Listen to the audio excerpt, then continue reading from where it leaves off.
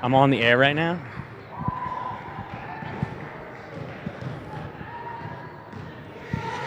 Good afternoon and good welcome to Clark Athletic Center. I am John Scudris, and today we have a thrilling basketball doubleheader ahead right here on the Beacons Broadcasting Network. To start, it's the women's basketball squad taking on their Little East Conference rivals, the Plymouth State Panthers. It's senior day here on Beaconville, and we're excited to have you with us. It's Plymouth State against UMass Boston, and that's up next right here on the Beacons Broadcasting Network.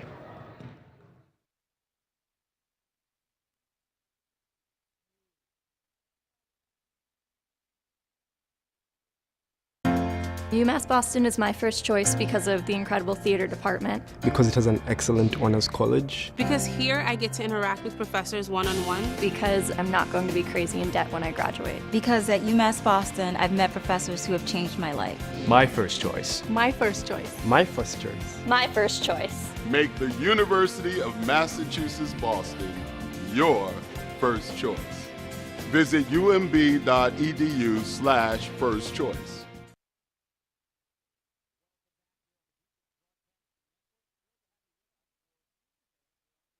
I am John Scudris.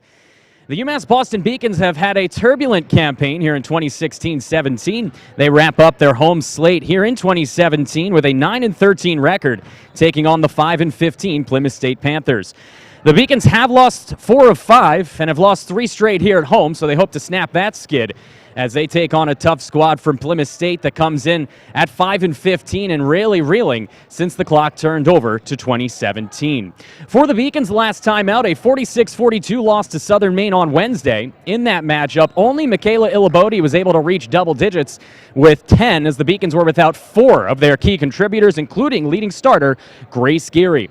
They'll hope to have some of those contributors back today as they take on a Plymouth State squad that once lost 7 in a row back in December and November and has since been struggling just to pick up the pieces from a tough beginning to this campaign. We take a look now here at the all-time series between these two squads, as of course these are two clubs who are quite familiar with each other. You look there on your screen, Plymouth State leading the all-time series with 45 out of 65 victories in this matchup. The last Beacons win came back on January 13th of 2016, a 25-point victory. Plymouth State winning the matchup last year on January 11th by 5, 64-59. The last time Plymouth State swept UMass Boston, well, that was back in 2009 and 10, so it'll be interesting to see whether or not that pendulum swings back toward Plymouth State today after 7 long years of UMass dominance. I mentioned it's senior day, which of course is always critical. UMass Boston with 3 seniors playing their final home game on Beaconville. Tajay Burston, Chantel Jordan, and Katrina Edwards will all be honored prior to the opening tip, as we are so excited to say goodbye to them and excited for the future of their basketball careers after Beaconville. We're going to step aside here on the pregame show and take a look at some highlights of the Beacons' last victory. When we come back, we'll have another preview of those seniors and the rest of the matchups here today. It's the Plymouth State Panthers and your UMass Boston Beacons right here on the Beacons Broadcasting Network.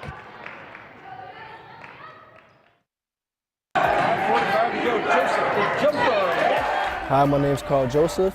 I'm currently a criminal justice major. I'm a senior. I am from Brockton, Massachusetts. In basketball, I play small forward / power forward, and in track, I'm a high jumper. Basketball has always been my first love. The favorite part was probably our win over MIT. Like that was tremendous. I almost came to tears just from where the program has come from where I first came here to where we are now. It's just amazing, and I love it. Honestly, I was recruited for basketball. My high school coach actually emailed the track coach here, and she walked into the gym one day and it was just like, here, you, come talk to me. And I was on the track team. It really wasn't much of a choice. It was a great honor my freshman year, just being able to become an All-American, finishing 4th in my first ever national championship meet. It was quite the time of my life. My junior year, we received our LEC championship rings from our sophomore year. And coming into my freshman year at UMass, I was able to witness the volleyball team win their championship and the soccer team, and the only thing that I really wanted was a ring of my own. Here's Joseph knifing through. Funny thing is, I actually work here as well. I am one of the Zamboni drivers to our men's and women's hockey teams, and that's what I do for part-time. Being a student here at campus, I can honestly tell you, is quite different from anywhere else you could possibly go. Just the student body here is amazing. I mean, the teachers are amazing. All the teachers that I've had never hesitated to help me out in any way that they could have, from extra help to me going into their offices just to talk about what's going on in the classes and just keep me on track. What I want to do when I graduate, I want to go into the police force for a little bit and ultimately end up either working for the Department of Welcome back into the broadcast booth. It's definitely possible to be a two-sport athlete here at UMass Boston. It's just going to take a little bit of hard work. Welcome back into the broadcasting booth for Senior Day here in 2017. I am John Skudris, and this is the Beacons Broadcasting Network. Plymouth State comes in with a record of 5-15, so their season has been a tremendous disappointment. Meanwhile, UMass Boston had hopes abound coming into 2016-17, but at just 9-13, their hopes are dwindling, and they'll hope to get a big Little East Conference victory on Senior Day this afternoon. We take a look at the team stats for both of these squads, and of course, looking at their record, it's no surprise that Plymouth State has struggled to score points. They have scored just 54.7 points per game compared to the Beacons' 65.3. However, solid defense for Plymouth State has at least kept them competitive in most of their contests.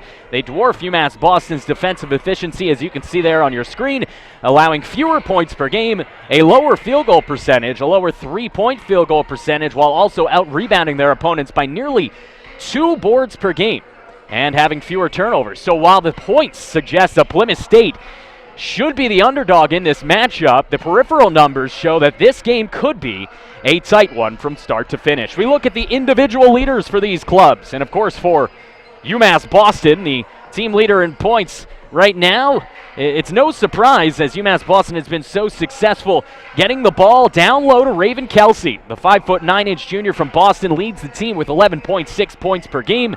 You take a look at the rest of the top performers. Kelsey down there with 9.3 boards per game, one of the tops in the Little East Conference in that category. Meanwhile, for the Panthers of Plymouth State, it's been a up-and-down campaign for them offensively, as noted by their team stats. But when you look at the individual numbers, a very impressive performance for Ace Lawrence. Deasia Ace Lawrence, the 5'5" senior from Middletown, Connecticut, playing one of her final collegiate games. She has been absolutely outstanding and is the player to watch today for Plymouth State as they take on UMass Boston. Of course, it is Senior Day, and so, of course, I did mention those 3 seniors that are going to be honored momentarily here on the Beacons Broadcasting Network and at courtside of Clark Athletic Center. The first senior that will be honored will be number 3, Tajay Bursted. A 3-year member of the Beacons, Tajay has consistently proven to be one of the top point guards in the Little East Conference. After spending her freshman year at Goucher College, Tajay played in 78 games at UMass Boston, including 71 starts. She's always had a knack for late-game theatrics, including hitting game-winning three-pointers against Brandeis and UMass Dartmouth as she downed the Corsairs multiple times with her talent in her career. She enters today's game in the top 5 in program history in assists with 243 and leads the entire Little East Conference this season with her 3.9 assists per game. A biology major hailing from Springfield, Massachusetts, Tajay Burston playing in her final home game of her college career. Joining Tajay is Chantel Jordan, number 23. She's one of the top perimeter defenders in program history, having consistently worked to improve and grow her game. She's appeared in 95 collegiate games, including 58 starts, and this season Chantel has posted new career highs in scoring, rebounding, assists, field goals, and three-point field goal percentage. Her hard work has especially paid off from beyond the arc, as Chantel has become one of the top shooters in the conference all year long. Earlier this year, she set a new career high with 25 points against Bridgewater State. Also a biology major, she hails from Brockton, Massachusetts, and this is her final home game in Beaconville. The final senior to be honored, last but certainly not least, is Katrina Edwards. Katrina will be playing in her program record-setting 105th collegiate contest this afternoon. A 4-year member of the program, Katrina has worked her way into the starting lineup over the past 2 years and made 57 starts over that time frame. This season, she has taken on a bigger role and has posted a new career high in points, boards, and blocks For her career, she's recorded 499 points, 551 rebounds, and 54 blocks. Earlier this season, Katrina keyed a UMass Boston win over Westfield State with a career-high 15-point, 14-board performance. Also a biology major, got a lot of scientists on this Beacon squad. She hails from Springfield and is also going to be rounding out her home career today. Well, as they introduce the starting lineups and honor the seniors here on Beaconville, we're going to go to a commercial break. When we come back, we'll have the senior ceremony as well as the opening tip. It's Plymouth State against UMass Boston Senior Day here on the Beacons Broadcasting Network.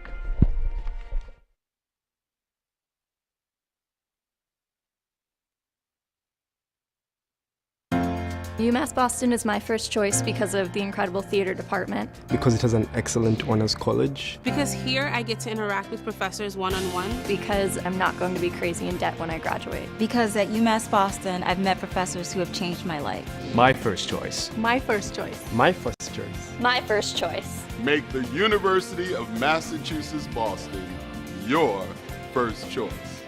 Visit umb.edu/first choice.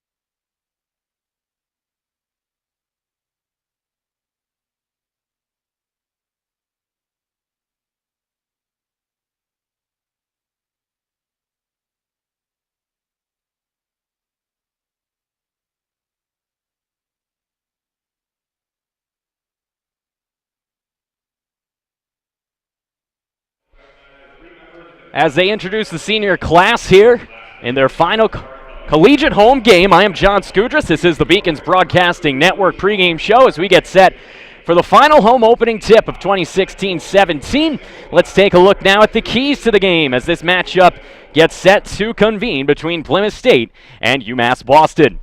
You take a look at those keys. Of course, number one is controlling emotions. That's been a problem for UMass Boston at times this year, and it'll be especially prudent here on Senior Day with only 3 Beacons set to depart from this team after the year. It'll be interesting to see how the rest of the teammates handle that as they will be playing their final home game with some of their best teammates in their careers. Take a look at the remainder of the keys to the game. Focusing on rebounding is critical. The Beacons do have the rebounding advantage, at least numbers-wise, but you never know once you actually get out there on the court against a rival. And the Beacons, it's been a problem all year long. They need to hit the open looks. They have had some sound strategic game plans that has gotten open shooters at times this year. The problem for UMass Boston has been making those shots. We'll see if they can continue to grow and progress as we round up the 2016-17 home slate today. Let's take a look now at the starters. Beginning first here with the visiting Plymouth State Panthers. You see there Deasia Ace Lawrence, their best player. She is starting today in the backcourt along with Savannah Miller. In the front court, the center is Annalise Schmidt, and the forwards Kayla Weiland and Leah Swanson. And now it's a chance to take a look at the UMass Boston starters as the Beacon starters here. You take a look on your screen. It's going to be Tajay Burston, one of those 3 seniors being honored right now on your screen. Katie Matthews also in the backcourt for UMass Boston's club. And the front court, the center, Katrina Edwards, leading the team in points as well as rebounds. And the forwards around her, Chantel Jordan in her final home game, and Raven Kelsey, the other forward for Christina Boff's club. And as we wrap things up here on the pregame show, we're going to go to one more commercial break. When we come back, we will have the opening tip-off and the final home game of the 2016-17 slate. It's Plymouth State and UMass Boston, right here on the Beacons Broadcasting Network. The University of Massachusetts Boston. It's just minutes from downtown, and the Princeton Review calls it one of the best values in the country. A nationally recognized institution of academic excellence and research, UMass Boston offers more than 150 undergraduate and graduate programs, 16 Division III sports, and more than 100 student organizations. To learn more about the opportunities waiting for you at UMass Boston, visit in person or online. UMass Boston, a research university with a teaching soul. Celebrate the soggy shoes and the slow starts. Celebrate the lessons learned along the way.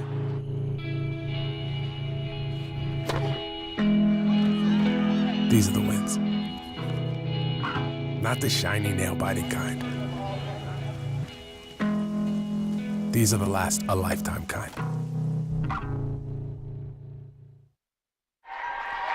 Welcome back to the Beacons Broadcasting Network. A reminder that you can check out all the UMass Boston Beacons athletics action on our quartet of social media outlets, Facebook, Instagram, Twitter, and YouTube. Just check it out at UMass Beacons. See all the highlights, recaps, and behind-the-scenes action of all your Beacons athletic squads.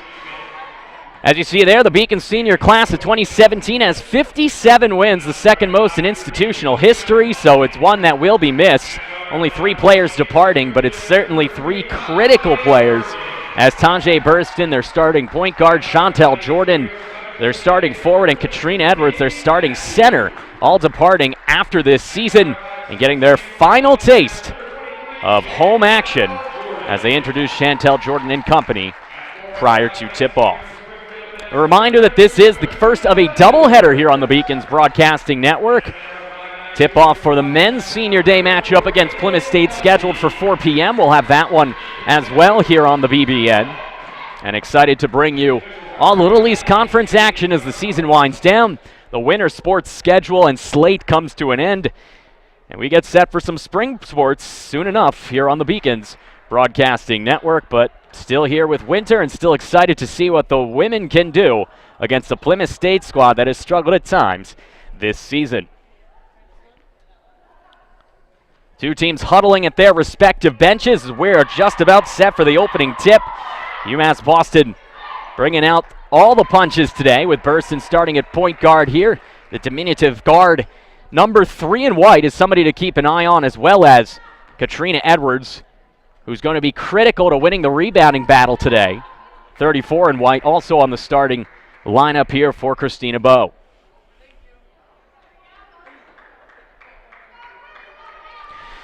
So to take the opening tip, it'll be Kyla Weiland for Plymouth State, as the Panthers will look to go on the prowl against UMass Boston, who will send out Katrina Edwards. Weiland versus Edwards, and we are all set for the opening tip of Senior Day here on Beaconville.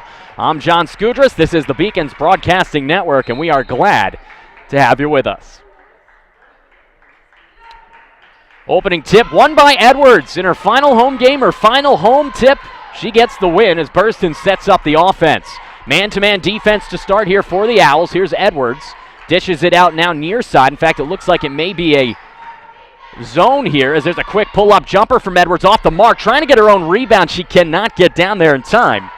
And the rebound goes to Plymouth State. Running the show here for Plymouth to start things is Savannah Miller. Miller gets it down low to Weiland. Weiland almost travels a couple of times, instead gets it out near side. Pulling up her dribble and dishing it back to Miller was Swanson. And down low, getting fouled as she drives to the hole, was number 50. That's Annalise Schmidt. They're going to say that's on the court, so no shooting. And so Plymouth State gets the first inbounds here of the competition. There's a quick pull-up. Three-pointer is good for Plymouth State. And nailing that one is number 10, Kyla Weiland. So a good start for the big for Plymouth State as she gets the Panthers on the board. It's 3-zip. Burston driving down towards the baseline. Instead pulls up, comes back out to the top of the three-point line. Pump fake drive, nice layup, and off the rim and out. There off the shot from Raven Kelsey. And here comes Plymouth State off the rebound in transition. Good look down low to Weiland, who drills it down low underneath with a layup on a beautiful pass from Ace Lawrence. What else is new? Deasia Ace Lawrence, the senior here from Connecticut. She has been fantastic all season long for the Panthers, despite their offensive woes. Driving with the right hand, pulling up for a layup off front rim, and out there was Chantel Jordan. And the senior's turnover allows Lawrence to come all the way back down, and a good defensive effort by Burston to swap that one away in transition. So with the Beacons down 5-0 early on, A good defensive play by the senior Burston. And an inbound coming for the visiting Panthers. Inbound pass from Miller, D'd up by Burston. Beacons playing man-to-man here early on as Miller with possession. Setting up the offense just a couple of minutes into the first quarter of this one on the Beacons Broadcasting Network. Down low and now dish out to Schmidt from the elbow jumper, and that one is off back rim and out. Rebound taken by Kelsey. And now here's Burston moving forward for UMass Boston. Nice dish down low and getting fouled and heading to the charity stripe for two is the Beacons' top offensive performer, Katrina Edwards. So the senior will have a chance to get her first points of senior day and the Beacons' first points of the game.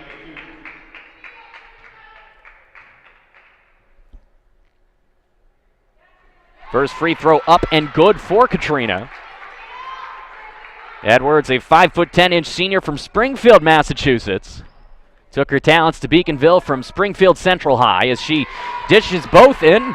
And she's 2 for 2 from the charity stripe. It's 5-2 Plymouth State. Full court press here for Christina Bowe's club. And almost a turnover. In fact, they are going to get a timeout called by Plymouth State. So an early timeout, and the Beacons get a break early on. With that, we will also take a commercial timeout. When we come back, we'll have the next steps here in the first half. It's the Beacons and the Panthers right here on the Beacons Broadcasting Network. The University of Massachusetts Boston. It's just minutes from downtown, and the Princeton Review calls it one of the best values in the country. A nationally recognized institution of academic excellence and research, UMass Boston offers more than 150 undergraduate and graduate programs, 16 Division III sports, and more than 100 student organizations. To learn more about the opportunities waiting for you at UMass Boston, visit in person or online. UMass Boston, a research university with a teaching soul. So a 5-2 lead early on for the Panthers of Plymouth State. I am John Skudras. This is the Beacons Broadcasting Network. Doubleheader on senior day. First the women and then the men as they will take on the Plymouth State men's squad. Coverage beginning just before 4 p.m. Eastern time here on the BBN. So the Beacons trailing by 3 early. They have yet to make a field goal. Both their points coming just moments ago on Katrina Edwards' first 2 free throws of the day. Meanwhile, for Plymouth State, 5 points to start for Kayla Weiland, as she has had a solid beginning to this final game in Beacon Blue for many of these Beacon starters. So we are all set to go out of the timeout. Annalise Schmidt will be the one inbounding for the Panthers. And taking it up for Plymouth is Savannah Miller. Miller to the far side in front of the Beacons bench, dishes it back to the top of the three-point line. Schmidt to Lawrence for 3, and ace misses. The rebound taken in by Weiland. She has been a diamond in the rough so far today. Dishes it back out to Savannah Miller, and she resets on offense. Miller finds Weiland. Weiland, little pump fake, drives and dishes back out to Lawrence. Lawrence D'd up by Jordan, down low, and Weiland travels with the ball, so the first mistake there for Weiland as she and the Panthers turn the ball over for the second time today.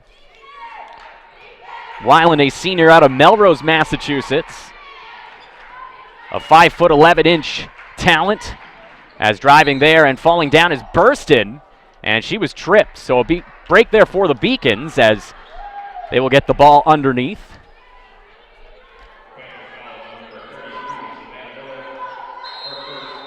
All New England-based talent for this Plymouth State squad.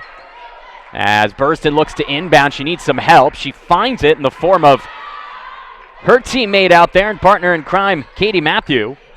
Down low, Matthew. Dish looking for Jordan off her hands and a turnover as Annalise Schmidt comes away with the ball. So the Beacons sloppy early on from the far side for Plymouth State with possession. It's Leah Swanson. Swanson finds Miller. And with 7 minutes to go in the first quarter, they'll set up the offense. Nice swat by Burston, almost forcing the turnover, and then she comes in to tie up Miller. And we will get a jump ball. Possession arrow pointing towards Plymouth State, so they keep possession here in the first quarter.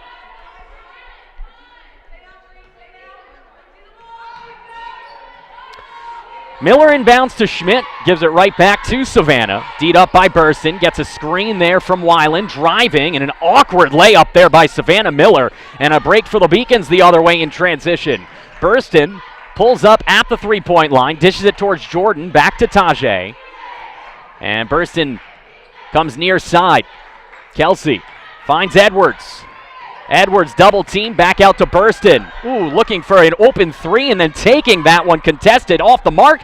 Good rebound and then missing underneath there. Wide open was Raven Kelsey. Luckily, though, she got assistance from Jordan, who got the rebound. The Beacons, fresh set of 24 seconds as Burston dishes it back out.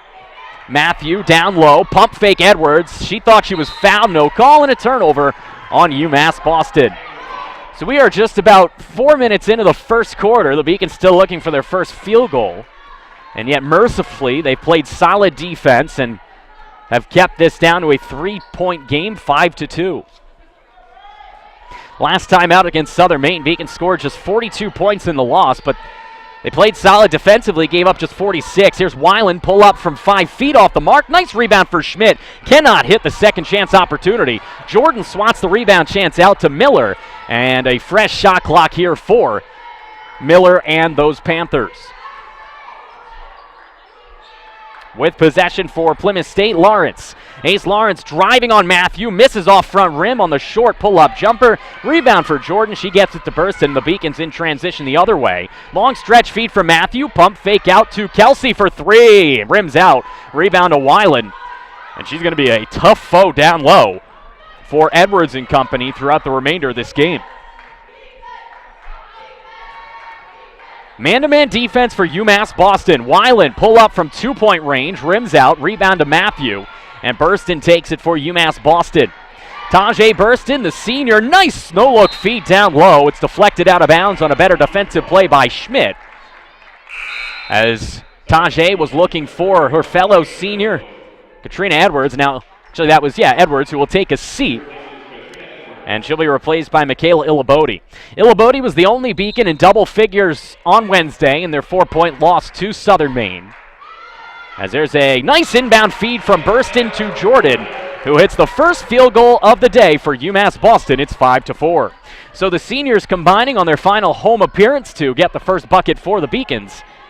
And with a 5-4 game, there's a pull-up jumper from 3-point range, and they're going to say a late foul on UMass Boston, as Katie Matthew, I think, will be the guilty party.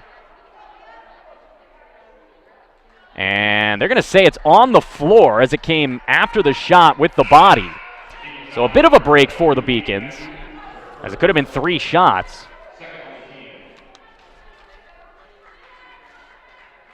Chantel Jordan getting the first field goal for UMass Boston, and now inbounding off the foul is Savannah Miller. Miller finds Weiland.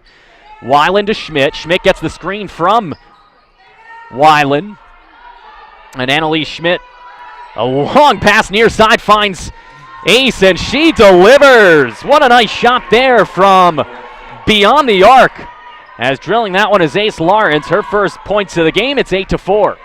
Down low for Illabodi as she gets it from Matthew, using her size, but unfortunately can't get the friendly roll. And a foul on UMass Boston's Raven Kelsey, as tumbling down like a tree in the forest was Weiland.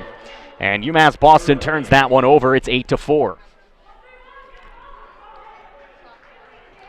So Weiland has 5, Lawrence has 3 for the Panthers. Jordan with 2, and Edwards with 2 for your Beacons. Schmidt far side, connecting and then going back towards Miller there with Swanson. Miller with 12 seconds on the clock finds Schmidt. Another long stretch feed for Swanson. Another one this side, and a good defensive play by Kelsey. Really ugly and uninspiring passing by Plymouth State on that possession. Not sure what they're thinking, just lobbing the ball from one half of the court to the other. That's got disaster written all over it. So we do have a substitution as Chantel Jordan, who checked out for about 10 seconds, is back in the game. She replaces Matthew. Meanwhile, Leah Swanson takes a seat for the Panthers. Cassidy Emerson will replace her. Miller, nice look as a wide open Schmidt misses off backboard and out. Rebound to Burston as she motors forward. Tajay connects near side. Jordan pull-up jumper off front rim. Rebound to Schmidt and a break the other way.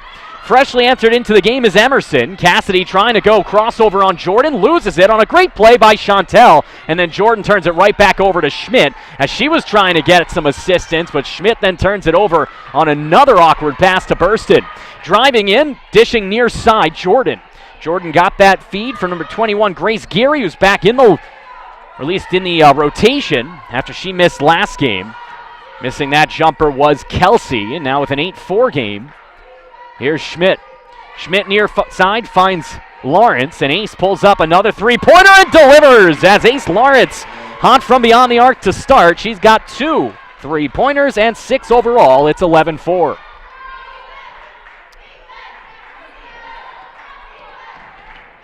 Tajay, far side, finds Geary. Around the horn they go as Kelsey's 3-pointers off the back of the rim. Long rebound to Burson, and Tajay resets the offense with a fresh shot clock. Illabodi trying to use the size to her advantage again, cannot make the layup. Second chance is true, and one as Michaela Illabodi, fresh off a 10-point performance on Wednesday, gets her first of the afternoon, and she puts the Beacons within 5. It's 11-6, and we'll head to the charity stripe for one more.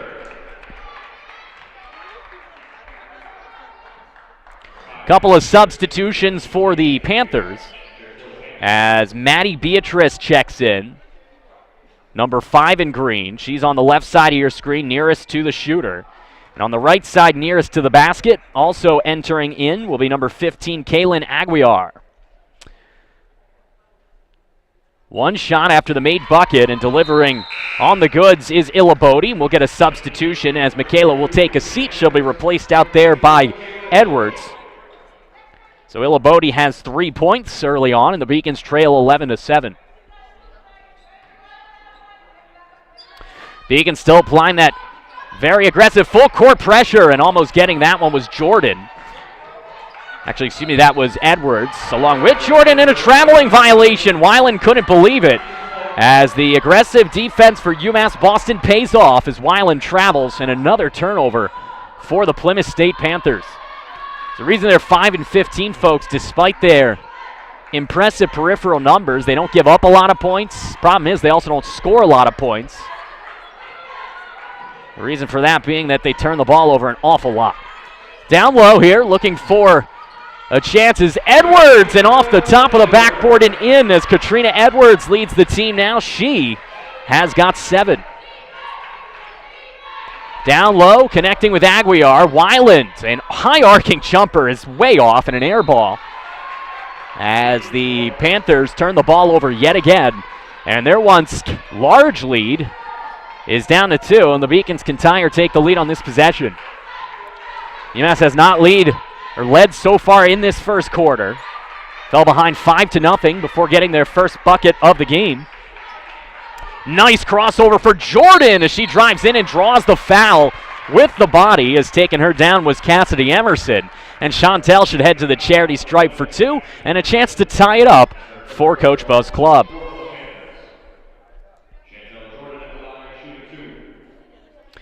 Beacons will get a substitution momentarily as Jordan's first from the charity stripe rims out. Entering in for UMass Boston, Alicia Quinones, as Quinones is a player that we'll see a lot of today off the bench. Here's Jordan, and Chantel rims in the second, so she is on the board here now with 3.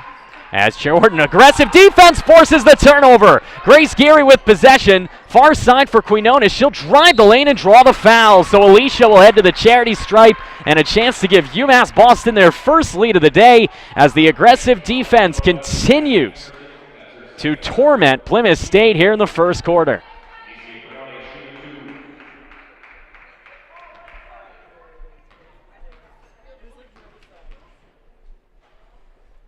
Alicia at the line. First free throw is right down Broadway, up and in. It's 11-11. Savannah Miller rechecks in for the Panthers. Taking a seat is Emerson. Alicia, this is her 23rd game of the campaign. That ties her for the team lead with Edwards and Matthew. As she connects on the second, makes it 12-11. Beacons on top. A 60% free throw shooter is Alicia, as stretch feed for Weiland from Aguiar, and she gets ahead of the defense, and Geary had no chance. So Weiland now has 7 points here in the first quarter, and UMass Boston down by 1 yet again. Burston finds Jordan, D'd up here tightly. Driving down the lane and drawing the foul is Jordan. No, they're going to say an offensive foul on the senior Chantel Jordan as Aguiar will draw that one. And a turnover here for UMass Boston.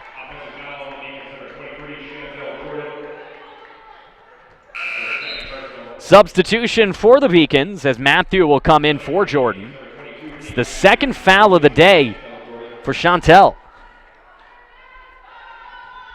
Last thing you want to see is your senior day cut short, so she'll take a seat for the remainder of this first quarter, you'd think. Here's Savannah Miller. Far side, connecting there with Beatrice. Maddie goes to Aguiar, and a great give and go as Weiland went right back to Aguiar. But it is deflected out of bounds off Alicia Quinones, and that makes it Plymouth State ball underneath with a 1-point lead. The point guard, Miller, to inbound it. D'd up by Burston. Beacons playing D to D as this one is set up for Lawrence. Deasia Lawrence from way downtown as she's unable to hit that one from the parking lot. Rebound to Burston. And the Beacons point guard moves things forward. 2-for-1 opportunity perhaps for the Beacons. They squander that. Now here's a chance just to set things up. Nice drive and up, and a traveling violation on Alicia Quinones. So another turnover, the second straight possession turned over by UMass Boston. And Savannah Miller takes things here for the Panthers. Aguiar near side for Miller, looking for Weiland, trying to set up defensively on Edwards. Meanwhile, nice drive going down low for Weiland from Beatrice, and that's just an ugly pass and a turnover. Beatrice is trying in her defense to say it was tipped. Refs disagree, and so another turnover here for Plymouth State. So the Beacons, with the shot clock unplugged, can hold for one if they want to. They're down by one, 13-12. Geary, great scorer, drives right in the lane and is unable to hit the running layup as here comes Lawrence the other way. Ace Lawrence will probably try to hold for one.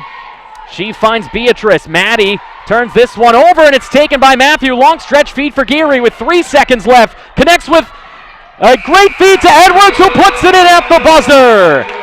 The senior delivers from Grace Geary, as nailing that lay-in at the buzzer is Katrina Edwards. She now has 9 of the Beacons' first quarter points, and they will head to the break with the score 14-13. We're going to go to a commercial break. When we come back, we will have a look at the second quarter of play here on Senior Day between UMass Boston and Plymouth State. Celebrate the soggy shoes and the slow starts. Celebrate the lessons learned along the way.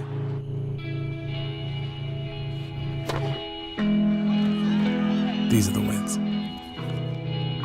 Not the shiny, nail-biting kind. These are the last a lifetime kind.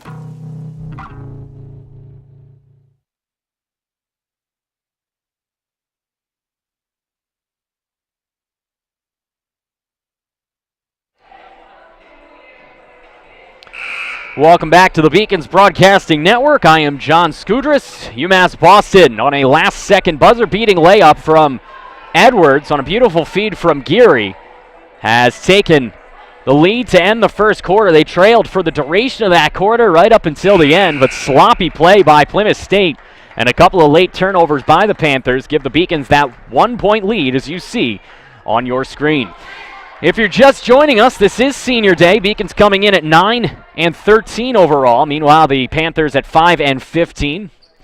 Final home game of the 2016-17 season for UMass Boston. Beacons with possession, Geary. She had a beautiful assist to end the first quarter. There's a pull-up jumper, but Alicia can't hit. And that one is a turnover off UMass Boston.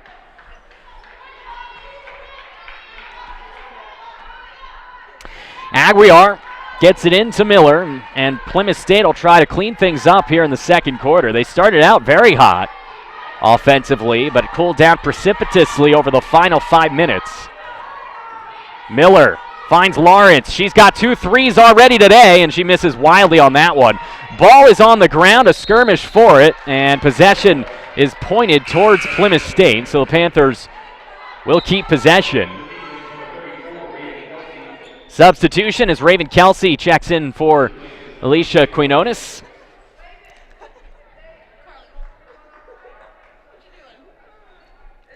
It's 14-13, just 30 seconds into the second quarter of play. UMass Boston on defense. Weiland with possession. It's Lawrence. 4 seconds on the shot clock. Lawrence driving. Awkward shot. She's rejected by Edwards, who continues to dominate here early on in senior day fashion. Unfortunately, that feed for Geary is intercepted by Miller, and another turnover as sloppy play continues in the first half. Driving in. Good no-look pass, but no one home. As looking for Aguiar down low was Leah Swanson. And we're not even 60 seconds into the second quarter. We've seen 4 turnovers. 2 on each side. As the Beacons, led by Tajay Burston, move forward. Burston, D'd up by Miller. Driving with the left hand, a tough runner off the mark. Edwards drove in for the rebound, but she couldn't contain it, and it goes out of bounds. And so another turnover here for UMass Boston. That's now 3 in a row to start the second.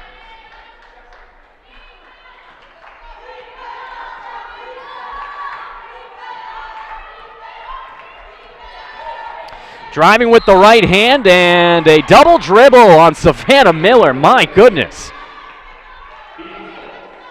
3 turnovers aside to begin the second quarter. We're only 80 seconds in, and it's getting uglier by the possession. Burston, near side for Geary. Grace thought quickly to go inside. Instead, she dishes it far side. Kelsey's three-pointer is short, and that one comes out of bounds, and they'll say off of Miller as the Beacons will keep possession.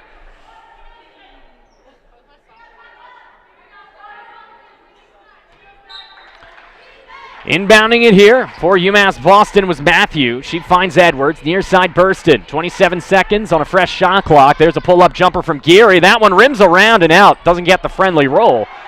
And the rebound to Kelsey as Burston set things up. Driving with the right hand. Dish out near side Geary. Nice hesitation move for Grace Geary, but off backboard and out. Rebound, putting it right back up is Edwards. Good D from Weiland, but a better rebound for Geary. Burston thought about the 3 as Miller D'd her up. She pulls back. And still 14-13, already 2 minutes in. Driving with the right hand, Matthew, and she gets the kiss off the glass and in. Katie Matthew puts the Beacons up by 3, their largest lead of the afternoon. Miller finds Aguiar, near side Lawrence. Ace, nice hesitation and drive, and missing off the backboard, but right place at the right time for Kaylin Aguiar. She connects for her first bucket of the day. UMass Boston up by 1. Edwards, nice move, almost drew a foul and turns it over. She would have turned it over anyway, as she handed it right off to Lawrence, but she does get called for the traveling violation.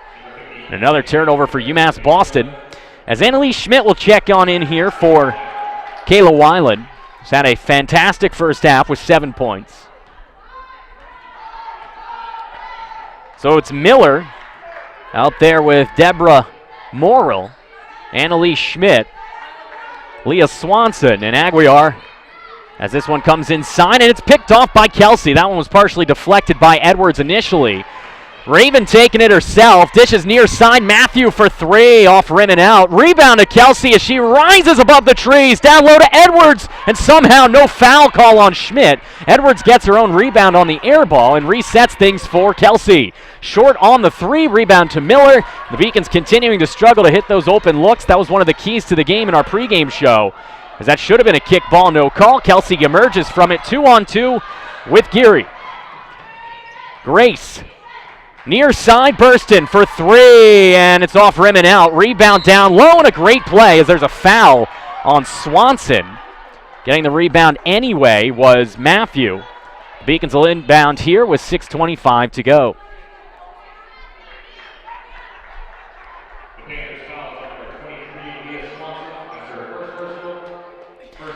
.335 here into the second quarter. Just 2 points apiece in this frame as Burston will inbound. Matthew, Geary, and Burston in the backcourt. The front court is Illabodi and Kelsey.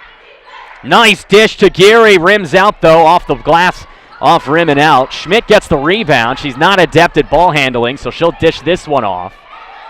And Savannah Miller for Aguiar. One-touch feed for Schmidt, turned over off Annalise's hands. And here's Matthews in transition.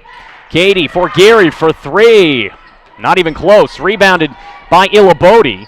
And Michaela with a nice play. Unfortunately, though, she brought that elbow up. She's going to get called for an offensive foul. Her arguments to no avail, and we'll get another substitution as Weiland back in here for Aguiar. So we've had just 4 points combined and probably about 6 to 8 turnovers here in the second quarter. We'll get you all the stats updated halftime show. Beacons also making a change as Edwards is back in here for Kelsey. Still haven't seen Chantel Jordan since about a minute 20 mark of the first quarter if she got her second foul. Miller, that looked backcourt to me, but the referee wasn't in line with the midcourt line. Meanwhile, here's Lawrence with just 10 seconds on the shot clock, and Ace will throw this one up off the rim, off the top of the backboard, and out of bounds. And so yet another difficult possession for the Panthers. The Beacons defense tightening up here in the second quarter.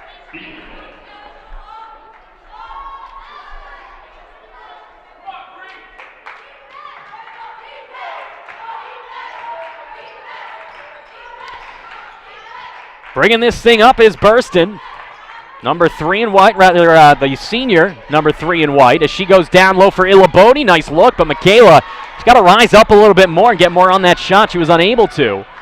Driving with this one, Swanson. Awkward overhand pass, and that one is picked off by Matthew. Nice bounce pass and a beautiful feed from Matthew as she connects with Illabodi, who puts it up and in. The Beacons back up by 3. A timeout on the court as Plymouth State wants to discuss things. They have just 2 points in 5 minutes here in the second quarter. When we come back, we'll have the conclusion of the first half of play. It's UMass Boston 18, Plymouth State 15 here on the Beacons Broadcasting Network.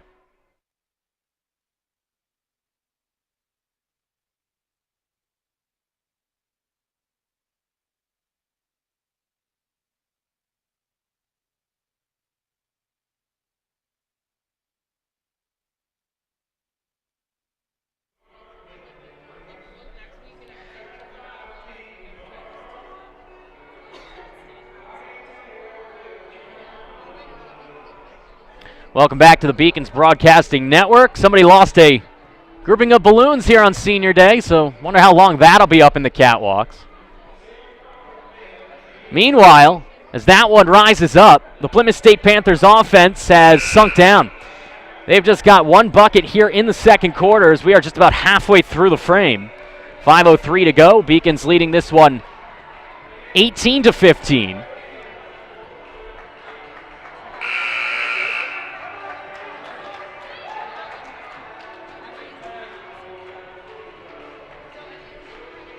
And as we are all set out of the timeout, Annalise Schmidt will inbound this one.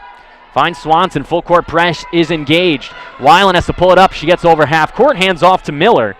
And Savannah and company will get things going. Far side, it's Swanson. Swanson down low, give and go back to Weiland. That one's going to be short and air ball. Schmidt got in between 3 Beacons, gets whacked in the face, no call.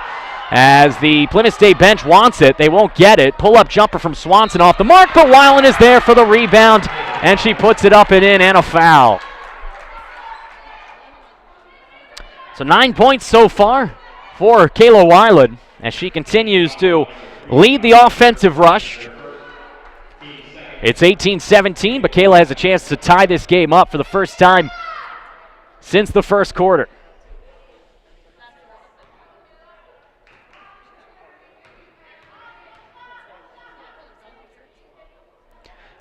Left-handed shooter. And Weiland delivers. As we are tied up 18-all between UMass Boston and Plymouth State here on the Beacons Broadcasting Network. Burston. Teed up man-to-man by Miller as Savannah plays her tightly. Geary down low, Ilabodi near side, Burston wide open from three-point range, rims out. Good rebound, Ilabodi, and an aggressive one at that, as she is fouled and then tumbles down, and she is still down, is Michaela Ilabodi. And now slowly, yet gingerly, being assisted to her feet by Katie Matthew and Grace Geary, as she will take a seat. But a well-deserved rest for Michaela Ilabodi as she rose up above the trees to make a nice rebound, draw the foul, as UMass Boston will inbound it with 4:21 to go.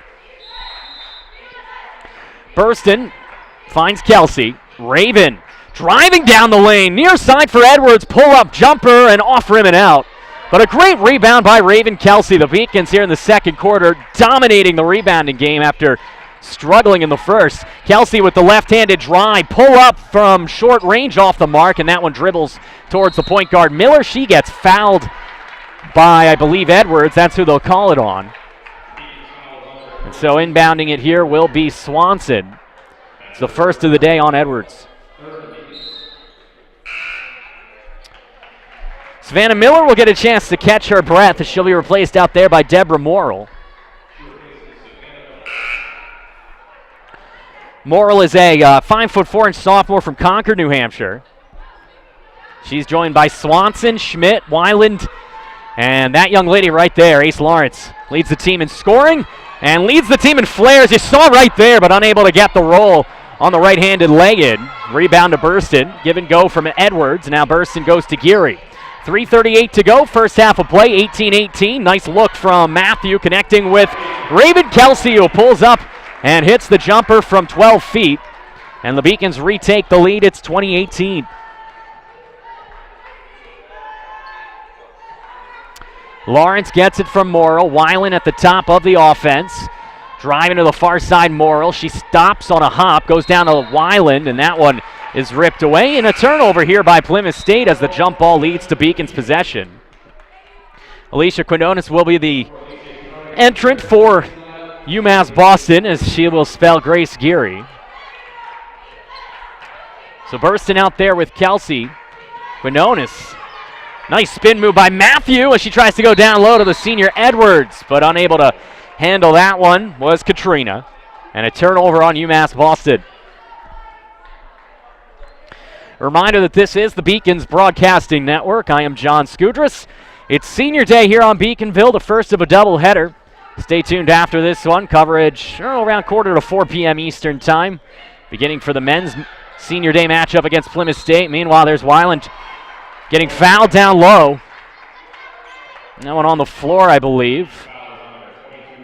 And the call on Katie Matthew. So inbounding this one will be Morrill for the Panthers. Morrill tries to go down low, getting tied up there was Weiland with Kelsey, and the Beacons force the turnover. Edwards off a nice feed, and she's going to be called for an offensive foul. Edwards came in aggressively with the body, and a beautiful defensive play by Weiland, and she was able to draw the foul down low. That's the second of the half on Edwards.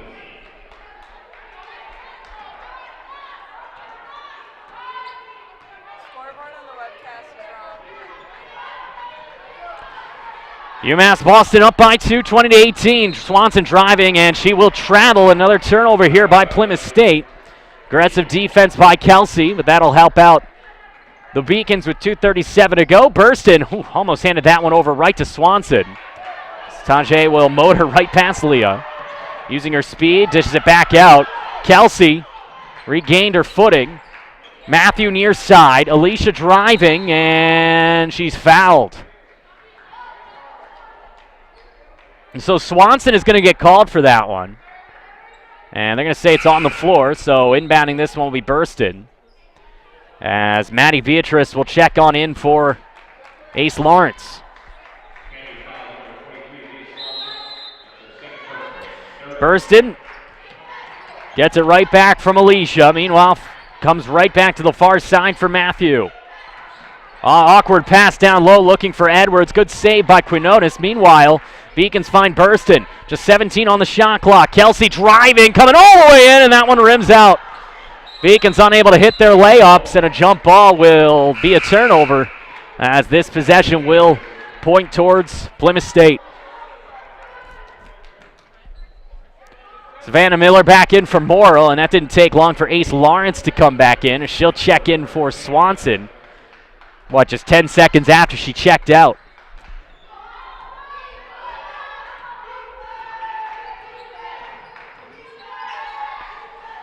Weiland, the center, trying to set up the offense, almost got it picked by UMass Boston, but Lawrence was there.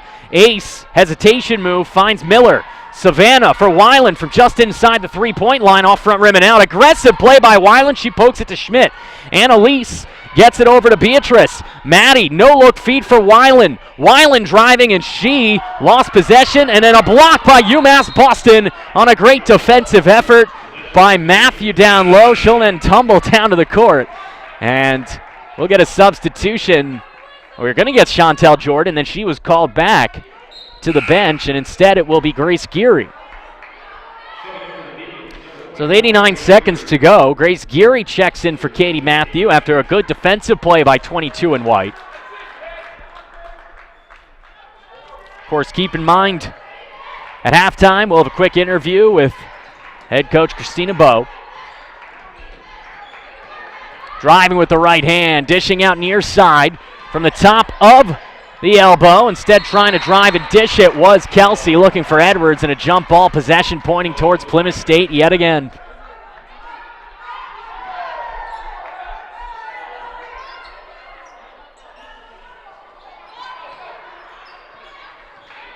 UMass Boston trying to play aggressive defensively as Burston, like a cornerback, knocking away a Matt Ryan pass in the Super Bowl. Gets right in the passing lane and sends that one out of bounds. 68 seconds to go. Beacon's up 20-18. In the second quarter alone, the scoring is 6-5 UMass Boston. It's been an awkward and ugly second when it comes to scoring points. Here's Beatrice, teed up by Geary. Maddie driving right through the lane, and then she loses it. And they'll say off UMass Boston.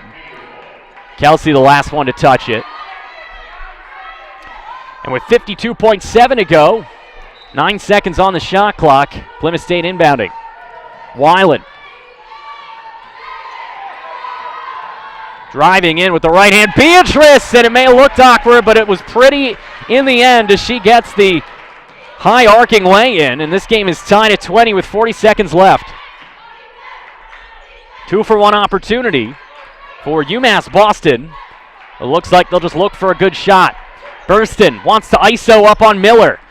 Driving, handoff, Geary dishes it out, no look to Quinones, far side for Burston, and a turnover as aggressive hands for Miller allows this feed for Beatrice, and Maddie delivers with 15 seconds to go. So taking the lead back now is Plymouth State. Last chance for romance in the first half for the Beacons. Driving, left hand, Burston, up and in! A nice runner for Tajay Burston as she delivers for UMass Boston. We are tied at 22, and the overhanded throw by Beatrice is off the mark. So UMass Boston tied up 22-22 after 2. We'll be back with the halftime show. Beacons and Panthers tied up right here on the Beacons Broadcasting Network.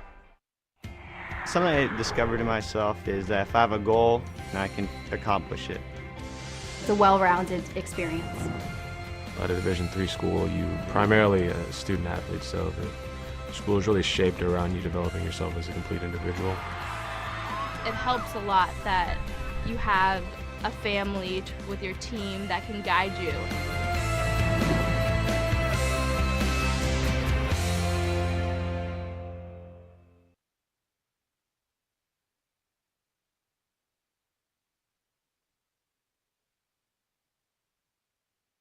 I'm the first undergraduate alumnus to lead this university. I'm very proud of that. I was literally able to transform my life because of the University of Massachusetts, and I want that for every single student that walks through the door.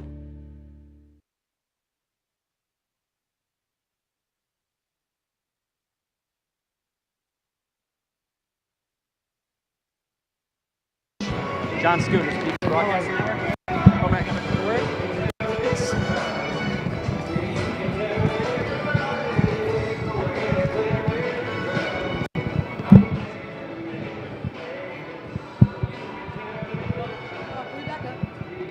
Absolutely.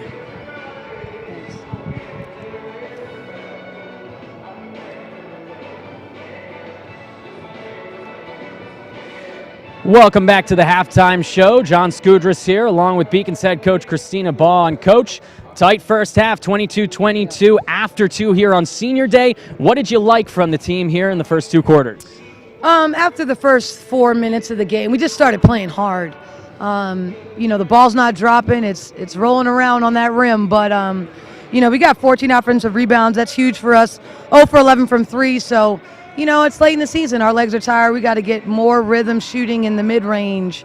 And then we got to put a couple in the kill zone, which is the paint. Absolutely. Some sloppy turnovers for both sides in the second quarter of play, especially.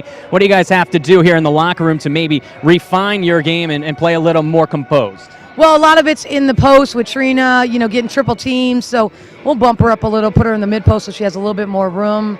And then we got to keep pressuring and try to put a couple in the basket. Absolutely. Last one for you, Coach. A lot of great seniors, obviously, over your career here. 3 great ones playing their final game today. Just talk a little bit about the years that you spent with these seniors, Burston, Edwards, Jordan, and what they meant to this program. Yeah, they mean a lot. They set the standard academically. That's what I'll probably remember most. 3 bio kids, and all have had their best semester here this past semester. So academically, they set the standard, and they just bring a lot of fight to our team. So hopefully we can make this day as memorable as possible for them. We hope they have a lot of fight in the second half. Coach Ball, thank you. Good luck the rest of the way. That was Coach Christina Ball. Beacons tied up 22-22 against their rivals from Plymouth State. I am John Skudras. When we come back, we'll have a roundup of the first half stats and much, much more on the halftime show. It's Senior Day here on the Beacons Broadcasting Network. We'll be back in a minute. I'm Elizabeth Clavin, sophomore business management major from Edina, Minnesota. I love being a part of this volleyball team. Volleyball is what brought me to UMass Boston. I looked at our recruiting website one last time and saw UMass Boston on it, came out for a visit the next week, and it kind of hit all the boxes that I was looking for. In a good city, good academic school, good volleyball program, it had everything I wanted. Although it was far away from home, I knew this is where I wanted to be. Winning 6 back-to-back LEC titles is really a dynasty, I think, and Terry has really focused hard on recruiting and building this dynasty and continuing to build a program that can continue to win championships, and it's really lucky to be a part of something this great. Last year I was the Little East Conference Defensive Player of the Year, All-Conference second team, NCAA Regional MVP of the regional tournament, ABC All-Region Honorable Mention, and New England Women's Volleyball Association All-Rookie Team and Honorable Mention. I think my favorite game would have to be playing in the regional championship last year. We played against a really good Williams team, and I think that match, we started off a little shaky and lost the first set. We've lost in the whole playoff season, and I think that kind of shook us a little bit. We came back firing, and we're ready to go those next couple games. Our coaches are bringing in a lot of really strong girls who want to make a commitment and make an impact in this program, and I think that is why we're continuing to do well and will continue to do well for the next few years. Being a student here has been really awesome as well. I've recently started taking more of my business classes and found that's a good choice and a good fit for me. And eventually I hope to open my own business and kind of be successful and do what I love at the end of the day.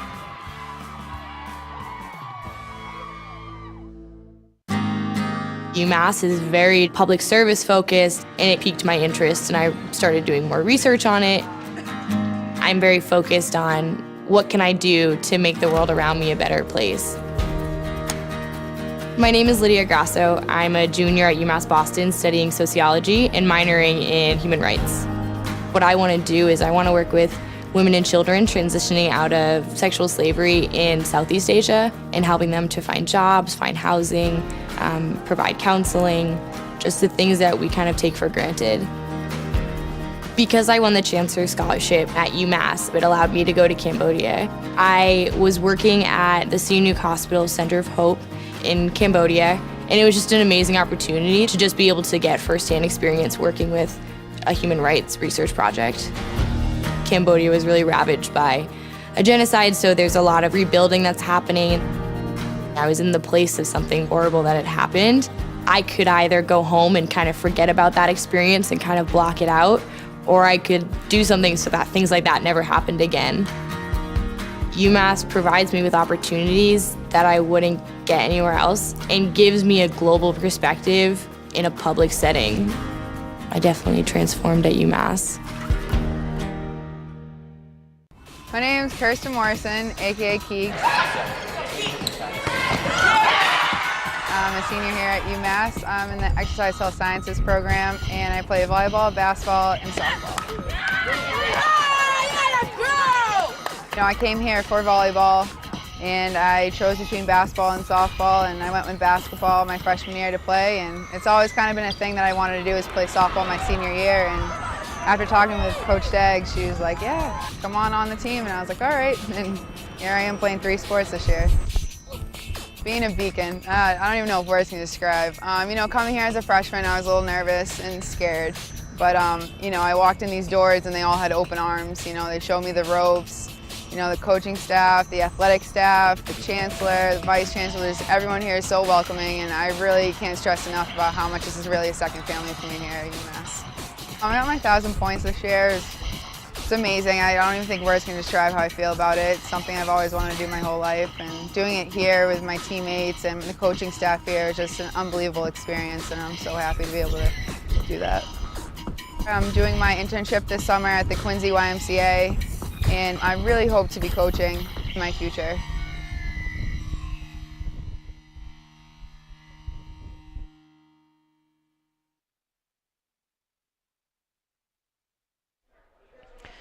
Welcome back to the halftime show here on the Beacons Broadcasting Network. I am John Skudras, all tied up after 2 quarters, 22-22, in what we expected to be a relatively evenly matched game, and they are not letting us down.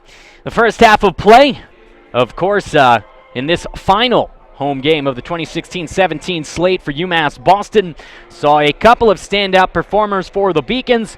Coach Christina Baugh mentioned a couple of them, and we will get a chance to take a look at the team stats here on the halftime report on the Beacons Broadcasting Network. You see there, UMass Boston really struggling. Coach Baugh was not joking when she said how much they were struggling from the field. The Beacons are so lucky that this game is tied, as they are 0 for 11 from beyond the arc, including Raven Kelsey's 0 for 4.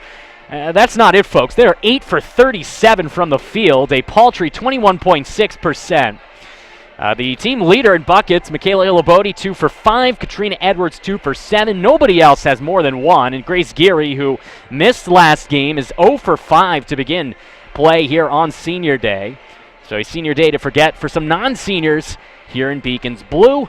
As you take a look there at the individual leaders, you look at Plymouth State. Kayla Weiland's 10 first-half points, also contributing with 6 boards. She was joined by Annalise Schmidt's 6 boards, as both squads doing a good job down low on the post in order to collect rebounds and get second-chance opportunities. Unfortunately for the Beacons, they have just been incredibly unable to connect on those open shots, which ironically was one of the keys to the game in the first half. For Plymouth State, their points leaders, Weiland with 10, Ace Lawrence with 6, both of her buckets from beyond the arc. She's 2 for 6 from three-point range, 0 for 4 from any other distance. 4 points for Maddie Beatrice and 2 points for Kaylin Aguiar. That's right, only 4 players have scored for Plymouth State for their 22 points. The Beacons, a more well-rounded offense, even if it has not been a successful one.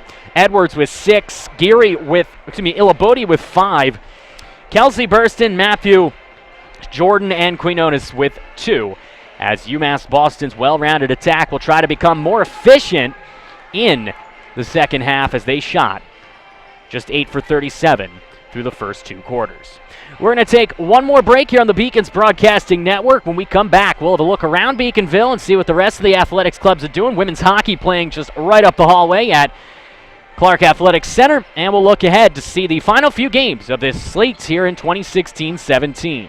The score is 22-22, Plymouth State and UMass Boston here on the Beacons Broadcasting Network.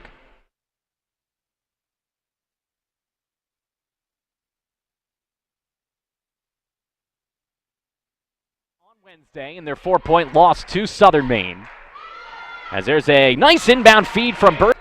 Here's Schmidt. Schmidt near side finds Lawrence, and Ace pulls up another 3-pointer and delivers as Ace Lawrence over an awful lot. Down low here, looking for a chance is Edwards, and off the top of the batch feed for Weiland from Aguiar, and she gets ahead of the defense, and Geary had no chance. So Weiland, one over, and it's taken by Matthew. Long stretch feed for Geary with 3 seconds left. Connects with A great feed to Edwards, who puts it in at the bar. And still 14-13, already 2 minutes in. Driving with the right hand, Matthew, and she gets the kiss off the glass. It's off rim and out. Rebound down low, and a great play as there's a foul on Swanson. Getting the rebound here, number 3 in white, as she goes down low for Illabodi. Nice look, but Michaela, she's got to rise up a little bit more and get more on that. And she is still down, is Michaela Illabodi. And now slowly, yet gingerly, being assisted to her feet by Katie Matthew and Grace Geary. And a turnover as aggressive hands for Miller allows this feed for Beatrice, and Maddie delivers with 15 seconds to go. Chance for romance in the first half for the Beacons. Driving, left hand, Burston, up and in! A nice runner for Tajay Burston as she delivers.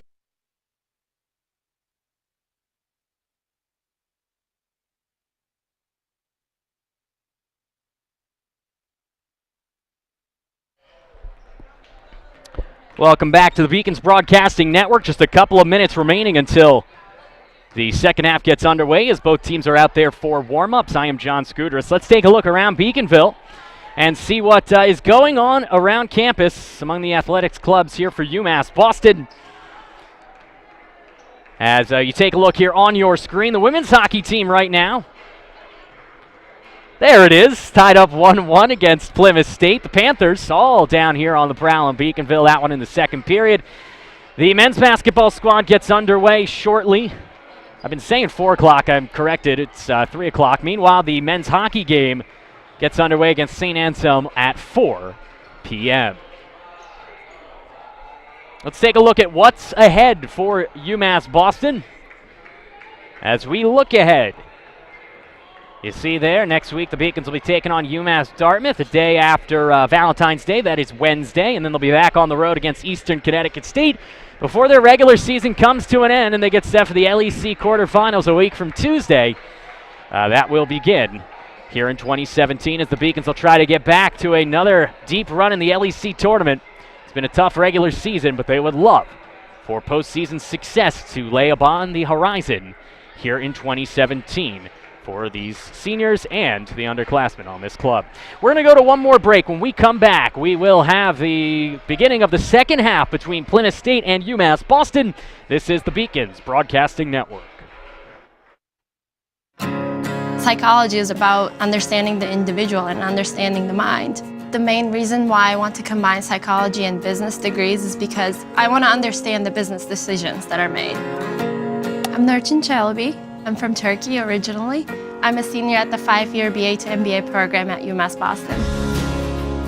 I think in management, the biggest mistake you can make is to not listen. So I want to be able to step into a company and say, here's what you're doing now, and here's how you can improve it.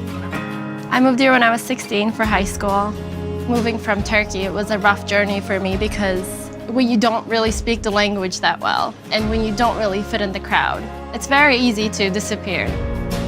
But I decided not to give up, and UMass helped me.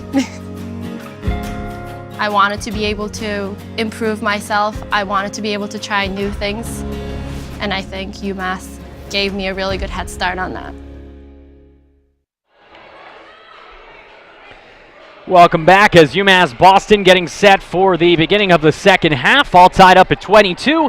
They'll have their work cut out for them after a first half that saw them really struggle offensively. Luckily enough, though, Plymouth State wasn't exactly world beaters from the field either, as the first half that saw the Beacons shoot 8 for 27 sees them tied at 22 to begin half number 2. So Burston out there along with Matthew, Kelsey, Edwards, and Jordan. Chantel didn't play at all really in that second quarter, just momentarily after she got 2 early fouls. Here's Kelsey. Driving right between 2 defenders. You will find an easier bucket in your life as she just went through 2 lackadaisical forwards, one being Weiland, the other being Schmidt. The Beacons up 24-22. Driving with the left hand is Weiland. She will draw the foul. And she'll head to the charity stripe for the second time. She's 1 for 1.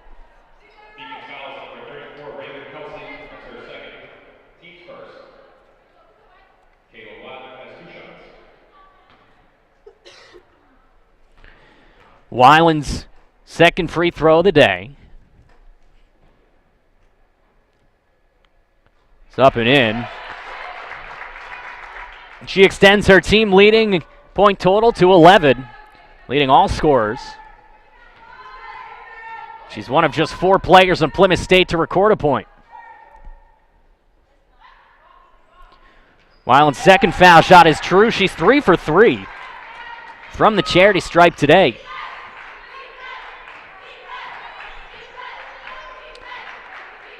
Burston bringing things up, D'd up by Miller. 24 all early on second half. With the left hand, Burston driving, dishing back out. Edwards fakes the pass to Jordan, finds Kelsey, driving with the left hand. Raven, she's blocked by Weiland. Weiland been fantastic here for Plymouth State. Schmidt not so much. She turns this one over to Kelsey. Burston switches hands, and we'll get a foul called down low on Schmidt.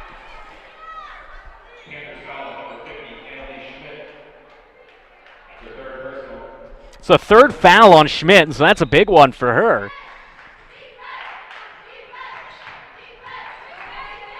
As we get set here for another possession, driving in, nice feed by Edwards as she connects with Matthew, and they're going to call an offensive foul on Katie Matthew. Coach Ball couldn't believe it. UMass Boston turns it over, and Matthew's third foul of the game is a big one. Still 24 all early on second half. I am John Skudras. This is the Beacons Broadcasting Network. Schmidt around the horn for Miller. Savannah driving, right hand. Pulls back for Weiland. Weiland D'd up by Edwards. Back for Savannah Miller, who does not have a point today. Savannah for Weiland. That one from 2-point range, misses everything. Unfortunately, it missed the grasp of Kelsey as well. Weiland aggressively gets her own rebound. A great play by Weiland. Far side for Swanson. Down low, Weiland. D'd up by Edwards. Under the basket. Has nowhere to go, and she will. Well, she will get a whistle, and it looked like a travel to me, and a very delayed call. Finally do get the call, does UMass Boston, so a turnover on Weiland.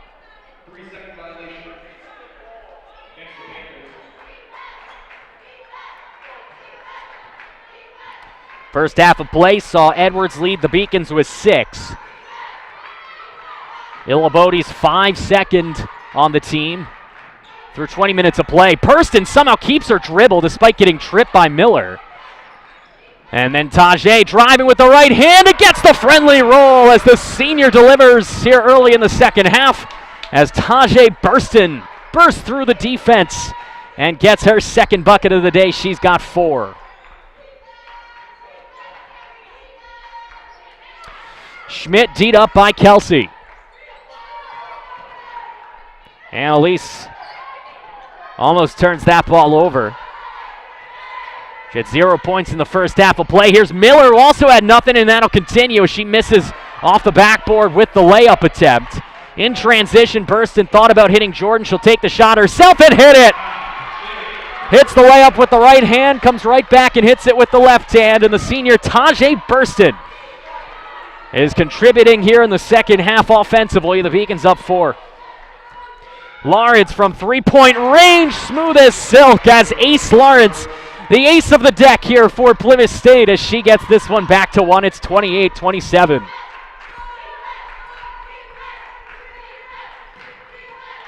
Driving again is Burston, trying to do it all herself, cannot hit off backboard. And a struggle for possession, jump ball, possession goes towards Plymouth State.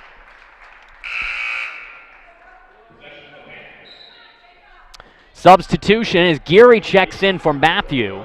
Katie, of course, with those 3 fouls.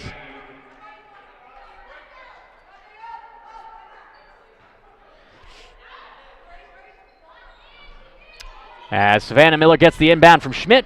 Annalise back out near side for Swanson. It's aggressive full court press. Finally penetrated by the Panthers as Wyman goes far side for who else? Ace Lawrence, and she will miss on that one. Doesn't seem like she really has a range where she's not comfortable shooting it. Kelsey, far side Jordan. Chantel thought about driving the baseline, said pulls up. Nice shot from the baseline for the senior Chantel Jordan. And the Beacons are back up 3 with 6:05 to go, third quarter of play. So Chantel's got 5. And the Beacons up by 3, 30-27. Swanson finds Savannah Miller. Here's Weiland. Driving with the left hand, pulls up. Awkward shot as she catapulted that one off the backboard, and they'll say that stays here. Edwards can't believe it.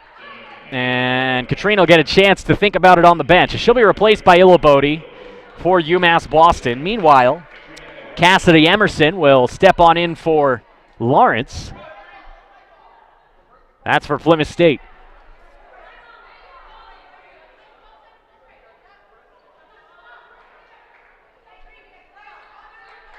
Kaylin Aguiar on the bench right now is one of just 4 players on the squad with points. Make that 5 as Annalise Schmidt gets a nice inbound feed, and she connects on her first bucket of the day, and that cuts it down to a 1-point lead. From 3-point range, Raven Kelsey off the mark, and the rebound to Savannah Miller. The point guard moving fast in transition. Nice look for Weiland as she connects with Emerson, and Cassidy puts Plymouth State on front for the first time here in the second half. Here's Geary driving, tried to penetrate through the defense of Emerson with a bounce pass. It went off of Emerson and out of bounds. So the Beacons do keep possession. And Savannah Miller will take a seat here for number 5. That is Maddie Beatrice. She's got 4 points. Edwards right back in now for Kelsey as Raven takes a seat. Raven also has 4 points. So Burston inbound in this one, down by a point, 31-30. Geary still looking for her first points of the day. Jordan for 3, off front rim, off backboard and out. Rebound to Annalise Schmidt, and we get a loose ball foul on UMass Boston. If that's on Edwards, they're going to go on Geary. So a break for the Beacons because Edwards, that would have been her 3rd. Instead, it's on Geary. That's her 1st. And moving forward with this one now is Beatrice. Weiland, nice look down low for Schmidt, teed up by Edwards. And the second consecutive possession, Annalise Schmidt gets on the board. She's got 4. And the lead is 3 for Plymouth State.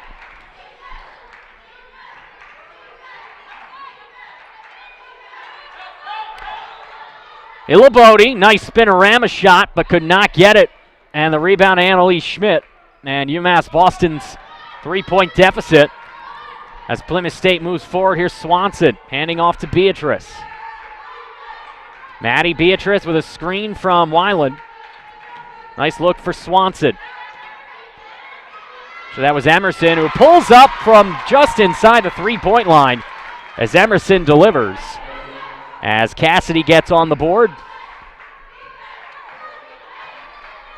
It's 35-30. All of a sudden, offensively, after the teams really struggled to put anything on the board in the first half, the two teams are heating up. There's Illabodi. Nice 5-footer off the glass and in. She's got 7. Weiland pump fake, driving the line and then missing on the lay-in, but Annalise Schmidt's there for the rebound, and second chance is true.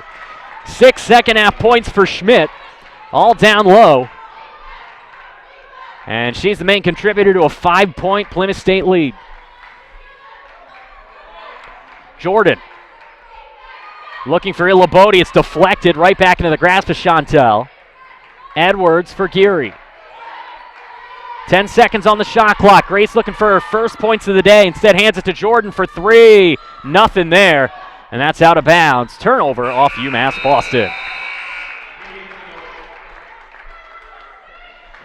So the Beacons, who shot just 8 for 37 in the first half, continue to struggle from the field here in the second, as Plymouth State, tied up at 22 at the half, has taken a 5-point lead. Timeout on the court. It's 37-32 Panthers, right here on the Beacons Broadcasting Network.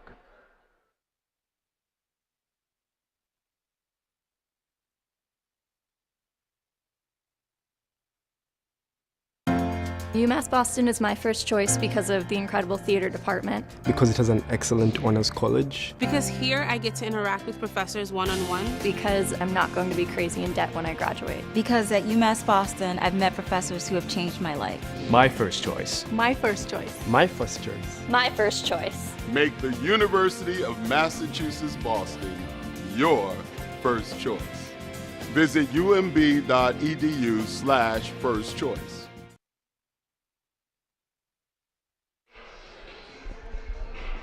It was 22-all at the half. Since then, 15 points in 6 minutes and 46 seconds for Plymouth State.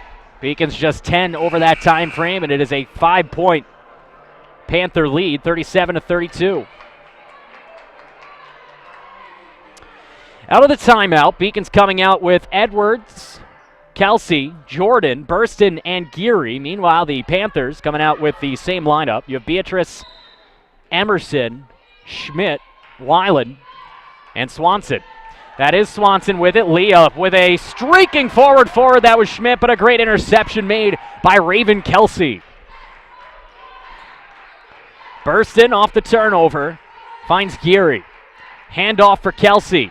Driving with the left hand, dish towards Jordan. Jordan far side for Geary. Grace, D'd up by Beatrice. She has to send it back towards Burston. 10 on the shot clock. Tajay driving, pull up, no foul. And then an aggressive play by Burston to force the jump ball, and the Beacons maintain possession. So a great play by the senior Burston, following up her miss and keeping possession in the grasp of UMass Boston.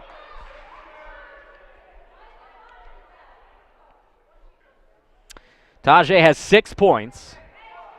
She had just 2 on 1 of 4 shooting in the first half. She's 2 for 4 here in the second half. And referee discussing some things here with Plymouth State head coach Allison Flynn, a graduate and former star for the Norwich Cadets back in 2007. 2:43 to go here in the third quarter. UMass Boston down by 5. It's 37-32.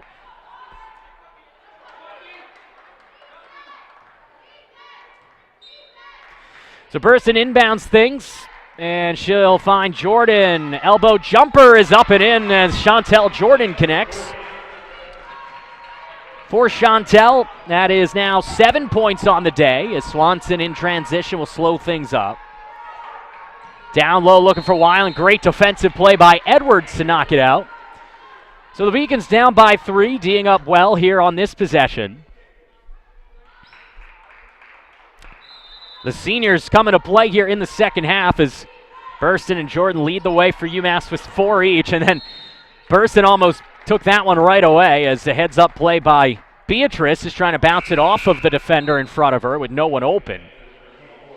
And now Ace Lawrence will get back in the game and she'll replace Leah Swanson. Weiland finds Beatrice, and with 15 on the clock, the shot clock that is, they will reset. Here's Beatrice, pull-up jumper, rims out. Great rebound by Emerson. She got whacked in the face. It comes out of bounds, and they're going to say it's a foul on UMass Boston for making contact with the head of Cassidy Emerson, and that's on Kelsey. For Raven, that's her 3rd foul. And with 2:15 to go in the third quarter, they're going to keep her out there. Emerson gets the inbounds feed from Beatrice. Annalise Schmidt right back to Beatrice. And with the fresh shot clock, she'll set up the offense.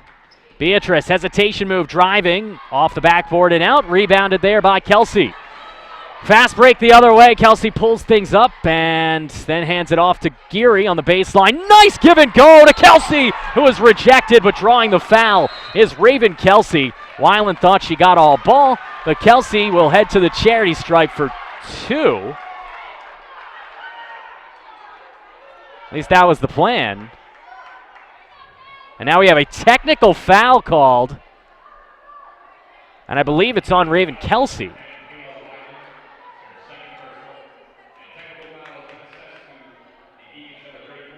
That's right. Yep, so Raven Kelsey would have headed to the charity stripe for 2. She gets called for a technical foul. Not sure what she did, although I'm sure she said a few things to her teammates the referee might not have liked.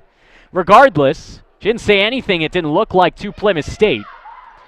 And as these two teams play a tight battle, Sarah Weiland will head to the charity stripe for the technical free throw. So that's a big call and a big mistake there for Kelsey after a great offensive play by UMass Boston's Grace Geary and by Kelsey, that is. So now here's Weiland, already 3 for 3 from the stripe.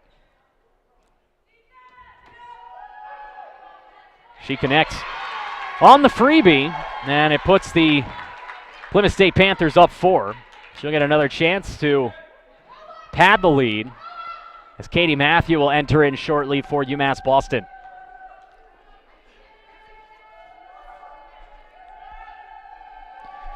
Second free throw is off front rim and out, and so 1 for 2 from the stripe here on this trip.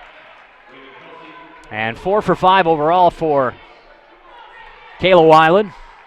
And now coming back the other way for 2 free throws for Kelsey.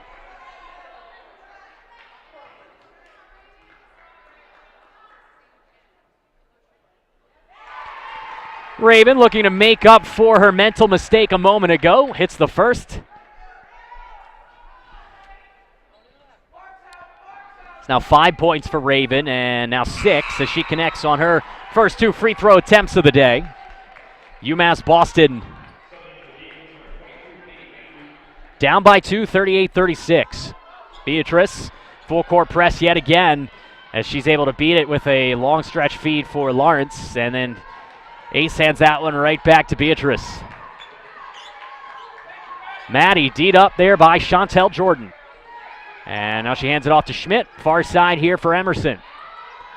Lawrence, one-on-one with Geary. Now right back to Beatrice with 8 on the clock. Weiland down low, D'd up by Edwards, and Kayla so good down low with Edwards on her.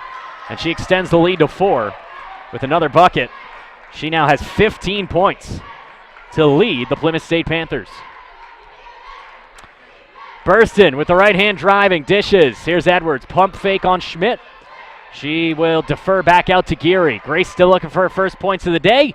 Pull-up runner is off left rim and out of bounds off of Edwards as possession goes to Plymouth State. 62 seconds left for third quarter of play.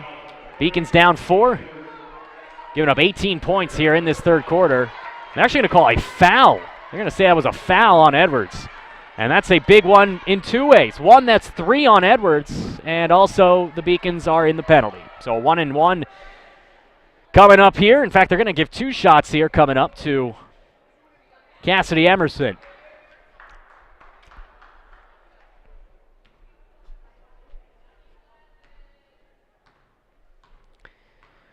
Emerson has 2 points today, and make that 3 as she's 1 for 1 from the charity stripe.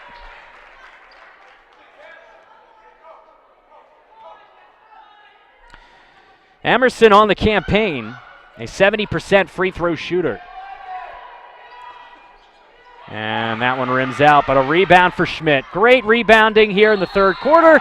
And there's a foul on Burston, and she's going to argue with the referee, and that's not very smart. Beacons just got a technical foul and a timeout as Christina Bowe doesn't like what she sees. So Coach Ball, no, instead it's a technical foul on UMass Boston. So they're going to call a technical on Coach Ball. She was trying to defend her senior point guard, Tajay Burston, but Coach Ball has called for the tee. That's the second technical in about 60 seconds. And UMass Boston senior day hopes unraveling here with a lackluster third quarter effort, both physically and mentally. So down 41-36, Emerson will head right back to the charity stripe for a couple of freebies. Going 1 for 2 just moments ago, 3 points overall. And the 70% free throw shooter misses on the first technical free throw.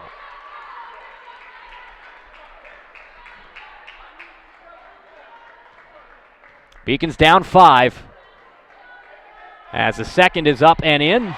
Make it 6. They've allowed 20 points here in the third quarter, and there's still about 60 seconds left. And so, because it was a technical foul that came after a shooting foul, or a foul that put the Beacons in the penalty, here's 2 more. So Emerson will shoot 6 free throws in the period of about 20-25 seconds after she misses that one. Beacon's kind of lucky that Emerson, a 70% free throw shooter, shooting under her season average here over the last 30 seconds. She can hit the second, and a foul there on Annalise Schmidt. She was looking for her second consecutive offensive rebound. Instead, it is a turnover. And that is the 4th foul on Schmidt, so that's big news. They'll probably get her out shortly. Beacons down by 6, 50 seconds to go, 2-for-1 opportunity. Burston driving with the left hand, rims out, rebound is going to be taken in by Edwards. Perseverance pays off. Here's Geary. She's got Burston wide open for 3, and that's rimmed out. Rebound taken in by Matthew. Dishes it out to Jordan. Back-to-back offensive boards. Now Katie for 3, and that's off the mark. The Beacons have been horrendous from beyond the arc today. As down by 6, here's Weiland, 25 to go, and she will rim out on that one. Rebound for Schmidt. What aggressive play by Annalise Schmidt with 4 fouls. She doesn't care. This is senior day, and she has the Panthers up by 8. Shot clock unplugged, so the Beacons can hold for 1. Here's Geary. She'd like to make one here soon enough. She has been held scoreless here through 3 quarters as Jordan, with 3 seconds left, a big hit there, and that'll do it for the third quarter of play. That will not count as it collides with the Jumbotron, and UMass Boston trails by 6 after 3. We'll be back with the final quarter here on Senior Day. Plymouth State's out front, 44-38 here on the Beacons Broadcasting Network. The University of Massachusetts Boston, with its scenic oceanfront campus, easily accessible to downtown Boston, is recognized as a model of excellence for urban public universities. 16 NCAA Division III sports are part of the more than 100 student organizations that create an engaging campus life in America's biggest and best college town. UMass Boston, Boston's urban public research university for the 21st century.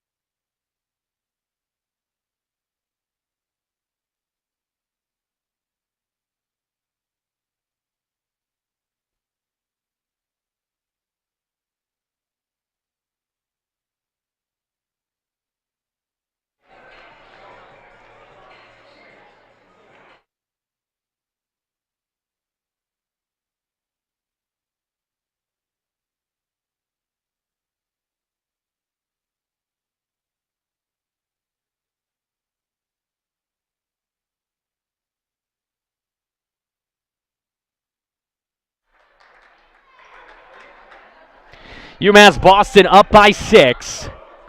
10 minutes remaining in regulation time. 44-38 as Plymouth State will look to hold on to what has been a tumultuous lead. They were tied at 22 after 2.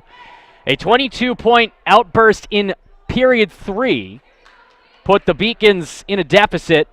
Their largest deficit was 8. They cut it to 6 on Chantel Jordan's pull-up jumper with very little time left in the third quarter.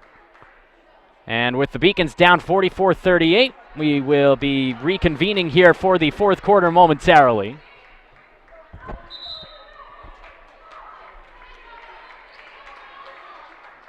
Plymouth will begin with the basketball as they have the lead as well. It's Emerson along with Beatrice in the backcourt, along with Lawrence. Then you have Weiland in the front court along with Aguiar. And there's a turnover by Beatrice and a fast break the other way. Grace Geary's looking for her first points of the day, and she'll still be waiting as she bricks that one. And then on the third chance opportunity, after the miss by Matthew, Chantel Jordan in her final home game delivers. And she'll head to the charity stripe after getting fouled and missing there.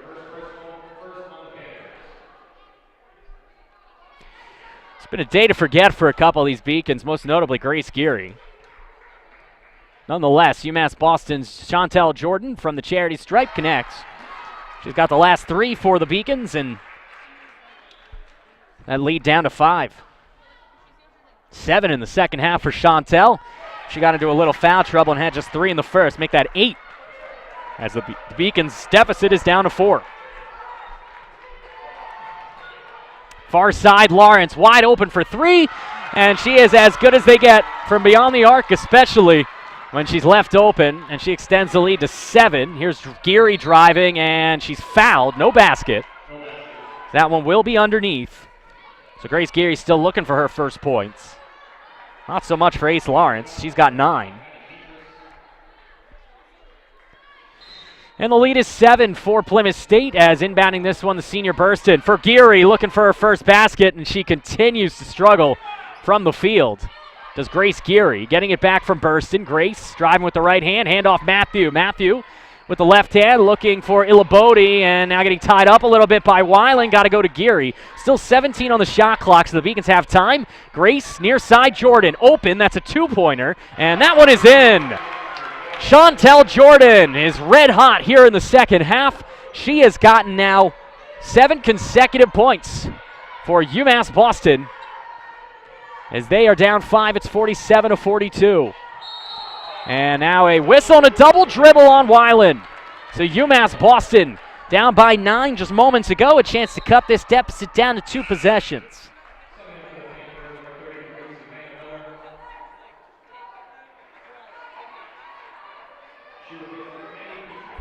"13 points for Chantel Jordan now, including 10 in the second half. As Burston brings things up. Beacons down 47-42. Jordan gets it from Tajay, one senior to another, and back to the senior point guard, Tajay Burston. Burston, nice crossover on Miller, can't hit the runner, and the rebound to Emerson. As Savannah Miller's double team has to go right back to Cassidy. Emerson, long stretch feed, and a good defensive play by Matthew, getting her hands in the passing lane and sending that one out of bounds off of UMass Boston. And a substitution, we'll see Edwards come back in. Trina will come in for Illabodi.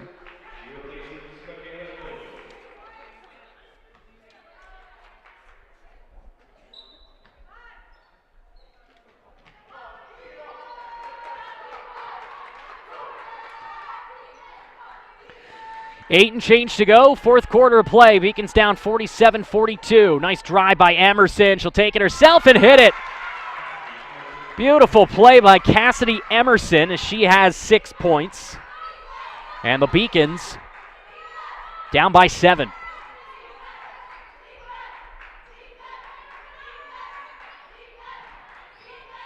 Driving in with the right hand is Edwards, and the foul as a block down low gives UMass Boston a chance to cut this deficit down to 4 as Edwards delivers.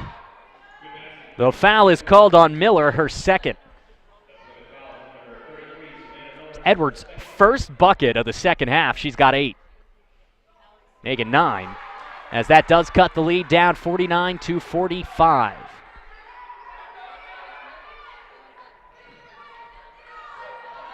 Savannah Miller gets her pocket picked by Edwards, and then getting whacked there hard was Matthew. And that is a foul on Miller. So suddenly, Savannah gets 2 quick fouls. She's got 3. Coach Flynn doesn't like it for Plymouth State as they have quickly began to erode both offensively and defensively from an 8-point lead down to a 4-point lead in the blink of an eye.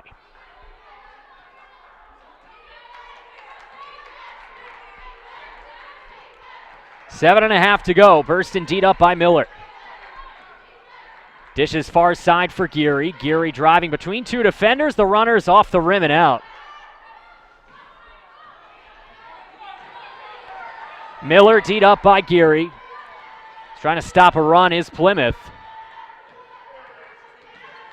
Near side hands this one off. Jumper from Emerson off the back rim. Rebound to Edwards. And Katrina will bring this up, hand it off to Geary. Geary, hesitation move for Jordan for 3 off the rim. And the rebound to Emerson. And a whistle and a timeout by Plymouth State. So the Beacons have narrowed the deficit over the first 3 minutes of the fourth quarter. When we come back, we will have the exciting conclusion of this regulation time in this game against the Plymouth State Panthers. It's Plymouth 49, UMass Boston 45, right here on the Beacons Broadcasting Network.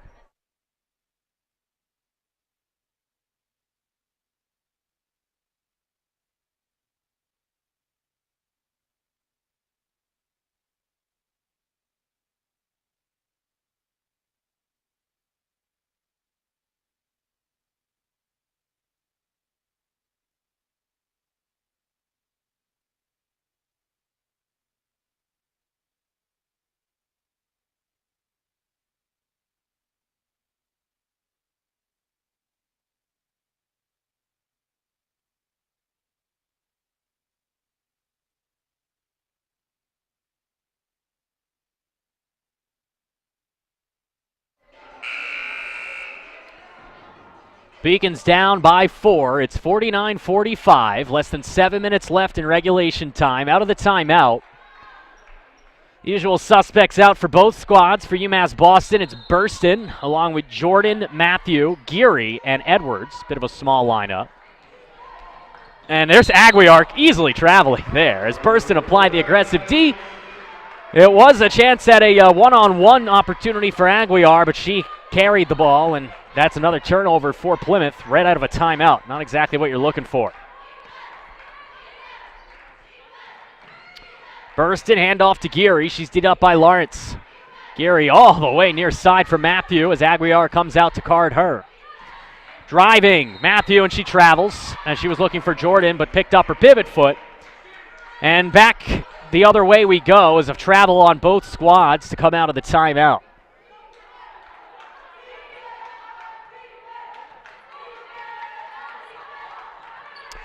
.6:25 to go. Savannah Miller hands off to Schmidt.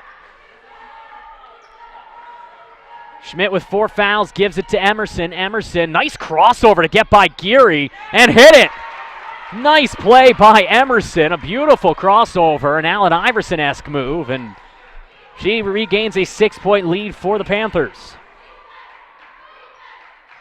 Edwards given space by Schmidt. Instead hands it off to Matthew, and that's 3 seconds on Edwards. She had to be moving. She wasn't. It's a 3-second violation. And for the second consecutive possession, the Beacons turn it over.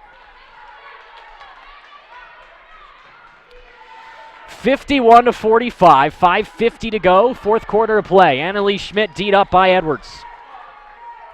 Schmidt far side for Emerson. Cassidy hands off to Lawrence. Lawrence has 9. All of her points from beyond the arc. This is an opportunity for her first from inside the three-point range. She can't hit it, but the rebound to Emerson, who hands it off to Savannah Miller. Lawrence from Miller. Good D by Burston. The zone defense preventing her from finding any chance at an open shooting lane. She comes near side for Miller. Down low for Schmidt. 10 on the shot clock. Schmidt double-teamed in the zone, goes underneath for Aguiar, and that's an offensive foul on Aguiar as she leaned into Matthew. Good defense by Katie, drawing that one in the key. And out of that last timeout, we've had 5 possessions, combined 4 turnovers. So the Beacons down by 6. That was the first foul on Aguiar, so she's in no danger. Get a couple of substitutions at the next dead ball. So we are down to the halfway point of the fourth quarter. Geary down low for Edwards. Dish to Matthew. Pump fake and a drive to the right side with the right hand. Rims out. Rebound to Emerson. And Cassidy will bring this one up herself.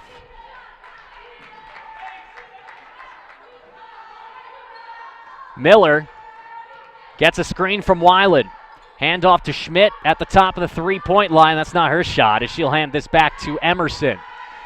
Emerson, open look, fading away a bit, and that caused that one to be off the mark. Rebound here to Geary. Grace coming in. She'll try to take this one and draw the foul, and she does, as both players tumble down. And Geary, still looking for her first points, will get a chance to do it at the charity stripe for the first time. That foul's on Emerson. That's her third. And we will get those substitutions as looks like Raven Kelsey will come on in, as will Maddie Beatrice, but that one will have to wait as we have a timeout on the court. With 4:20 to go here in the fourth quarter on Senior Day, the Beacons trail 51-45. This is the Beacons Broadcasting Network.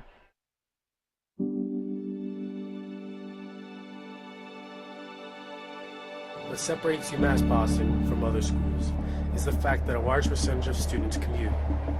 For me, it takes 2 hours each day to go to and from school, but every second has been worth it because the students that come here are serious about learning, they value their education, and understand where it'll take them in the future. This is what UMass Boston means to me.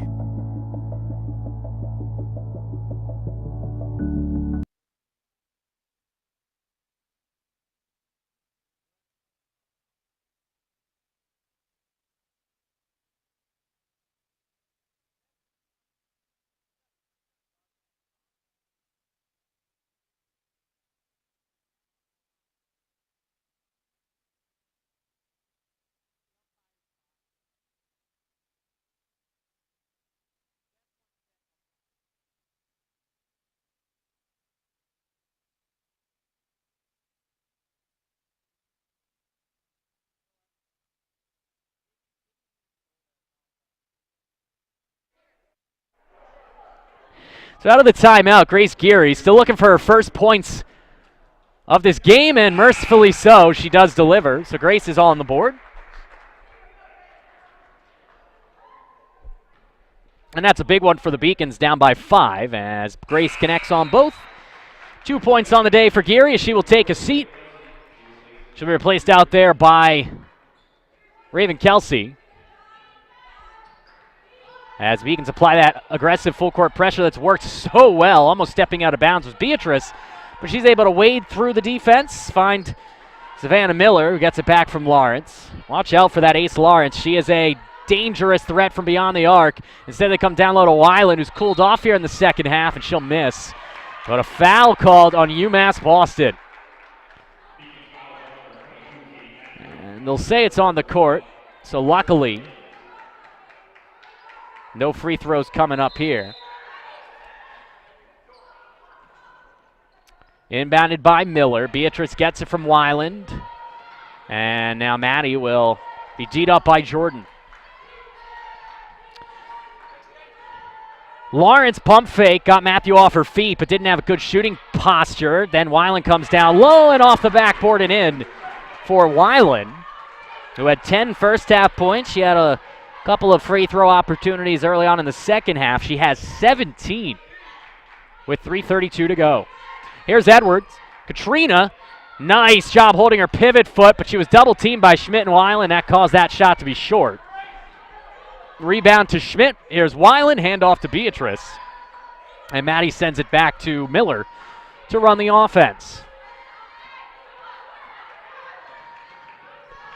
Savannah D'd up by Burston. Hands it off Beatrice near side. Beatrice pull-up jumper, too strong. And the rebound to Tajay Burston. Burston driving and too aggressive. An awkward shot there, missing, but a good rebound to Kelsey. Raven wide open is Jordan. What a look. And Chantel hits it and the foul. UMass Boston with the free throw can cut it to a one-possession game with 2:50 to go as Chantel Jordan heating up here in the second half. She now has 12 second-half points after being held to 3 in the first half of play. Edwards takes a seat for the Beacons. Beatrice will also be sitting for the Panthers.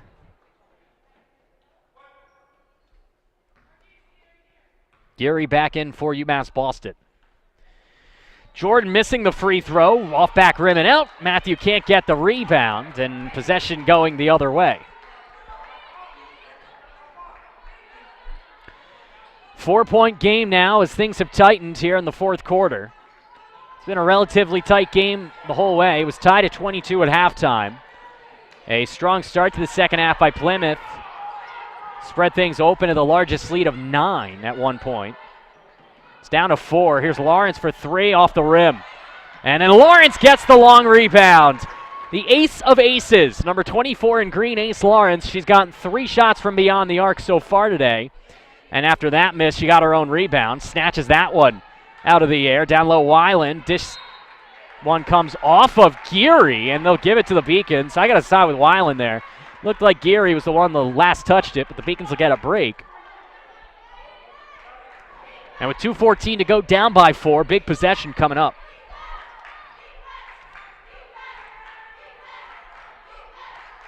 Bursted. Give off to Kelsey. Beacons cutting. Kelsey. Nice bounce pass for Jordan, and the senior now has 22 as Chantel Jordan is smoking hot here in the second half of play. She has cut the deficit down to 2. With 1:58 to go, the Beacons are on the prowl. They trail the Plymouth State Panthers 53-51. Timeout on the floor here on the Beacons Broadcasting Network.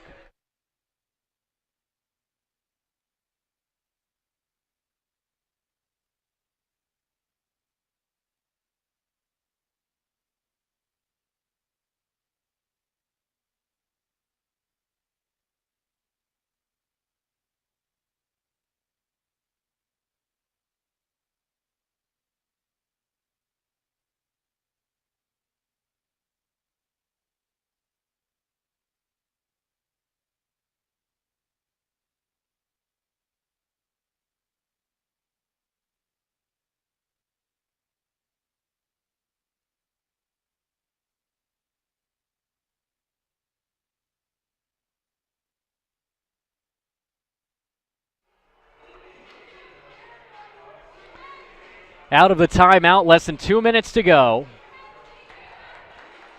Keep in mind, the Beacons are in the penalty, and so they want to be smart here. Meanwhile, Annalise Schmidt will be the one inbounding it. She's got Miller and Emerson, as well as Weiland in the backcourt. Lawrence is at midcourt, and the Beacons applying half-court pressure. Miller for Emerson. Bounce pass finds Lawrence. Lawrence down low for Schmidt. Schmidt not thinking she wants to take that one. Defers back out towards Miller.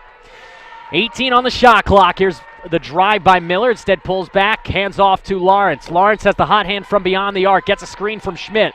Driving in. Pulls back beyond the three-point mark. 6 seconds on the clock. Lawrence will have to take it. Driving. A runner off the rim and out. Rebound taken in by Kelsey. Beacons down by 2. A chance to tie her. Take the lead. Gary in front, and she's rejected by Cassidy Emerson down low. What a play by Cassidy Emerson. She rejects the streaking guard, Geary. And then the ball goes out of bounds off Grace. A huge break for Plymouth. And a tie and a foul, we'll say, on Burston.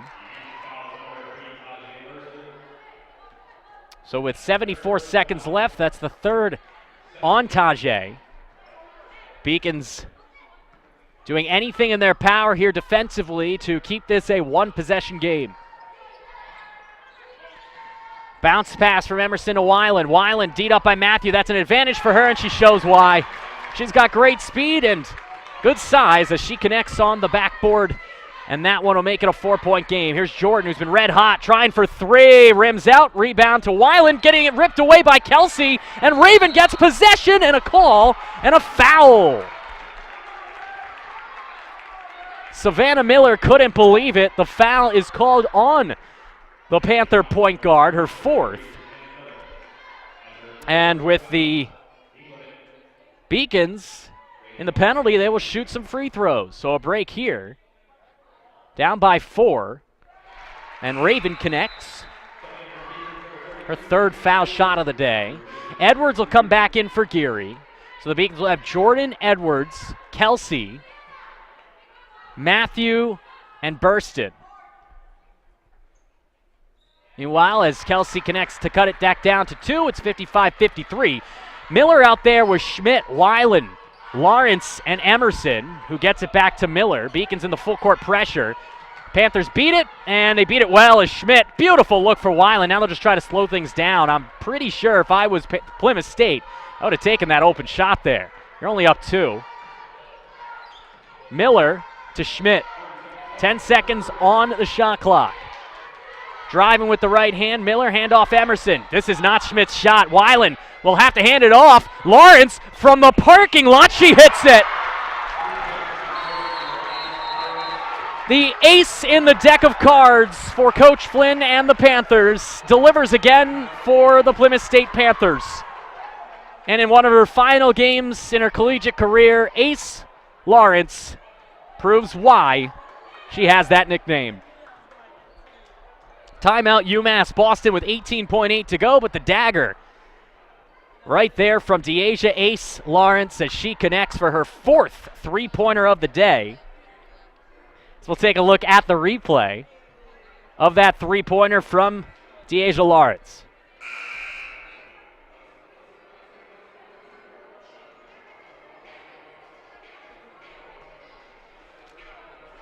Time was running down. There was, you see on the top right of your screen, 2 seconds on the shot clock, maybe 1 when she let it go. From downtown, punctuated. And just like that, it's a 5-point game. So out of the timeout, Beacons will inbound from in front of their bench. Jordan gets it to Burston. 18 seconds to go. They need a quick shot. They get it to Geary. Grace for 3, and she hits it. Grace Geary gives the Beaconville faithful hope as she gets her first field goal of the day. Late in this game, down by 2, they will foul Wyman, who has been spectacular today from the line. She's 3 for 4. Although the Beacons are not yet in the penalties, so with 12.4, they'll have to commit another foul. Now, they have to be smart about who's the one committing it, though, because they have a couple of players with 4 fouls. Or maybe they can just go for the steal. Schmidt gets it, and the foul is quickly called, I believe. And instead, we're going to get a Plymouth State timeout. So they should put half a second back on the clock, at least in my opinion. No bias intended. And with the score 58-56, the Beacons will have to foul another time here.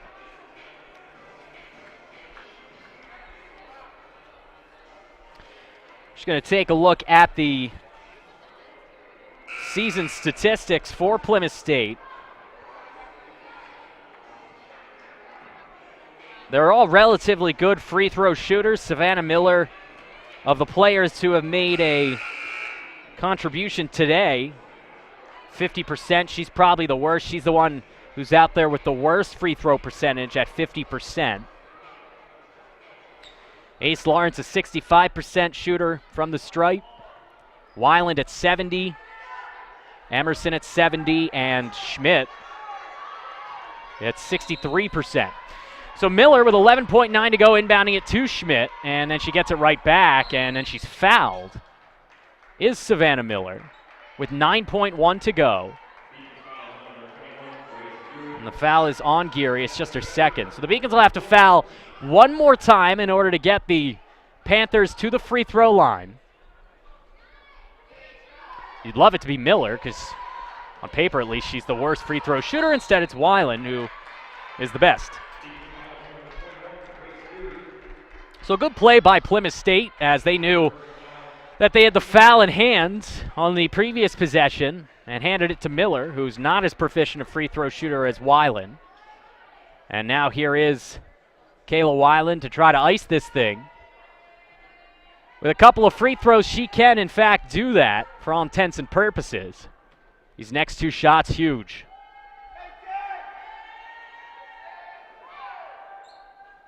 And that one is down. The friendly wolf for Weiland. She puts her hand over her chest in exasperation. She's now got 18.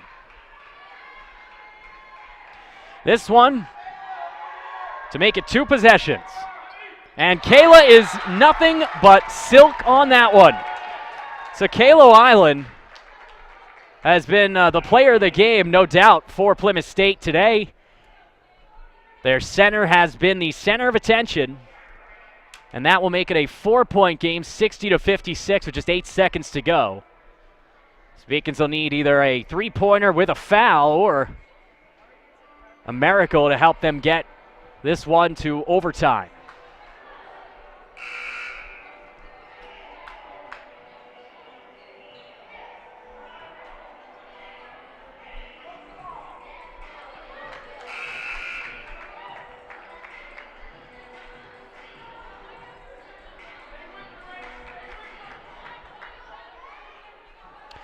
So down by 4, 8 seconds left. Geary will inbound this one. The senior Tajay Burston has it.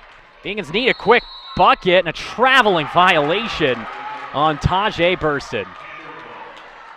And so with 5.2 seconds to go, that's just about all she wrote for the Beacons' hopes, as they will succumb to the Plymouth State Panthers here on senior day. Schmidt is fouled by Edwards, and the 63% free throw shooter will get a chance for 2 from the line, but it's really all but elementary at this point.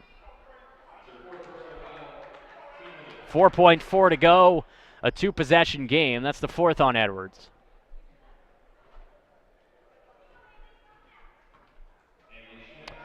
So Schmidt, who had 0 points in the first half of play and 6 in the second, makes it 7. She puts the Panthers up by 5. Stay tuned after this one.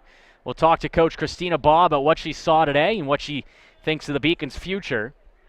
And then, of course, the men's basketball game against Plymouth State coming up shortly after this one. And we'll get a whistle and a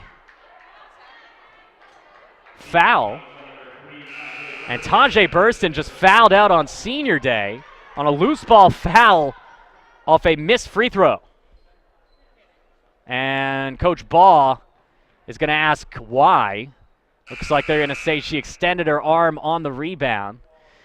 But that's the way that Tajay Burston's final home game on Beaconville will come to an end, as she will take a seat with 3.9 to go. And Cassidy Emerson will head to the line for 2 more. In the second half, the Beacons picked up their shooting percentage after a very mediocre first half, but there's too many turnovers and way too many fouls, including 2 technicals in the final 20 minutes. This to make it a 3-possession game with 3.9 to go as Emerson delivers. And the Beacons down by 7 will just walk out the clock here on Senior Day 2017. Gary's last second shot is good!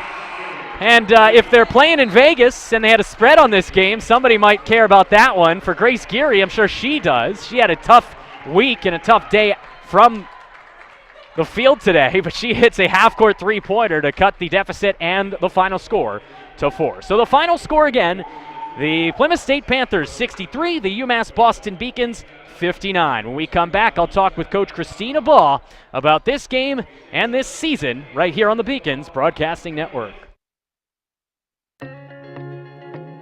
This has been a year of growth for me, but more importantly, a year of growth for the University of Massachusetts. When I originally was elected to the position, I said that this was my dream job. It's an opportunity to lead a great university, a university that has dramatic impact. A lot has happened. It's been an exciting year. We have had record enrollment.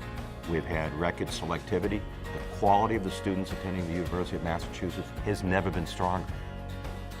In terms of fundraising, when I was inaugurated as a new president, we raised $1.6 million. It's more money that has ever been raised at any public university inauguration in the history of Massachusetts. We've put $20 million more into financial aid so the students will be able to get the financial assistance that they need.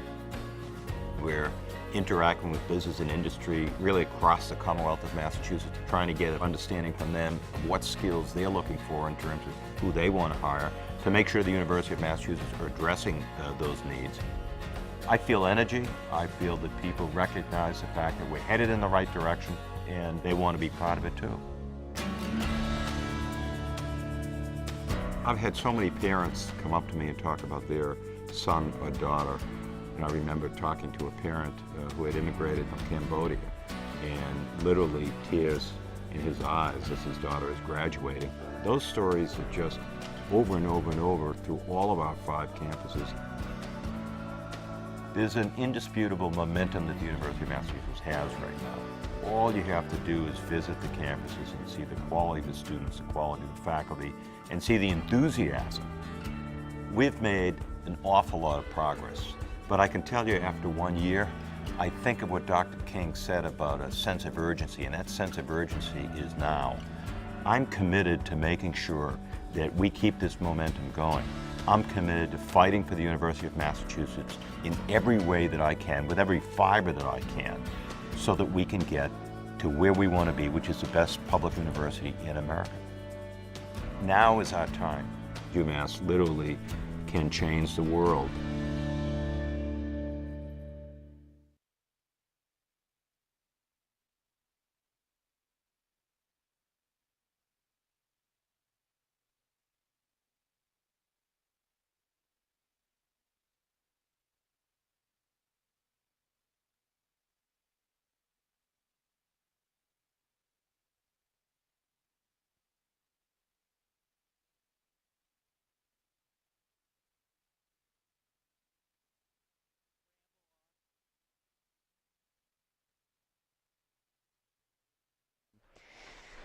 So UMass Boston, as you see on your screen, succumbs to the Plymouth State Panthers 63-59. With the victory, Plymouth State improving to 6-15 on the season. The UMass Boston Beacons falling to 9-14 as they lose on senior day. It was a 7-point lead that dropped down to 4 on a last-second buzzer-beating half-court 3 by Grace Geary, but it was all for naught. As you see on your screen, the men for both Plymouth State and UMass Boston getting set for their matchup in just about an hour's time, as these two clubs will duel from Clark Athletic Center, the Beacons and the Panthers, in just a little bit. Well, both of these clubs came out here for the women, hoping that the final home game in Beacons Blue would be a good one. Unfortunately, offensively, the Beacons in the first half really struggled from the field, as they were unable to do much of anything, shooting 8 for 37 in the first half of play.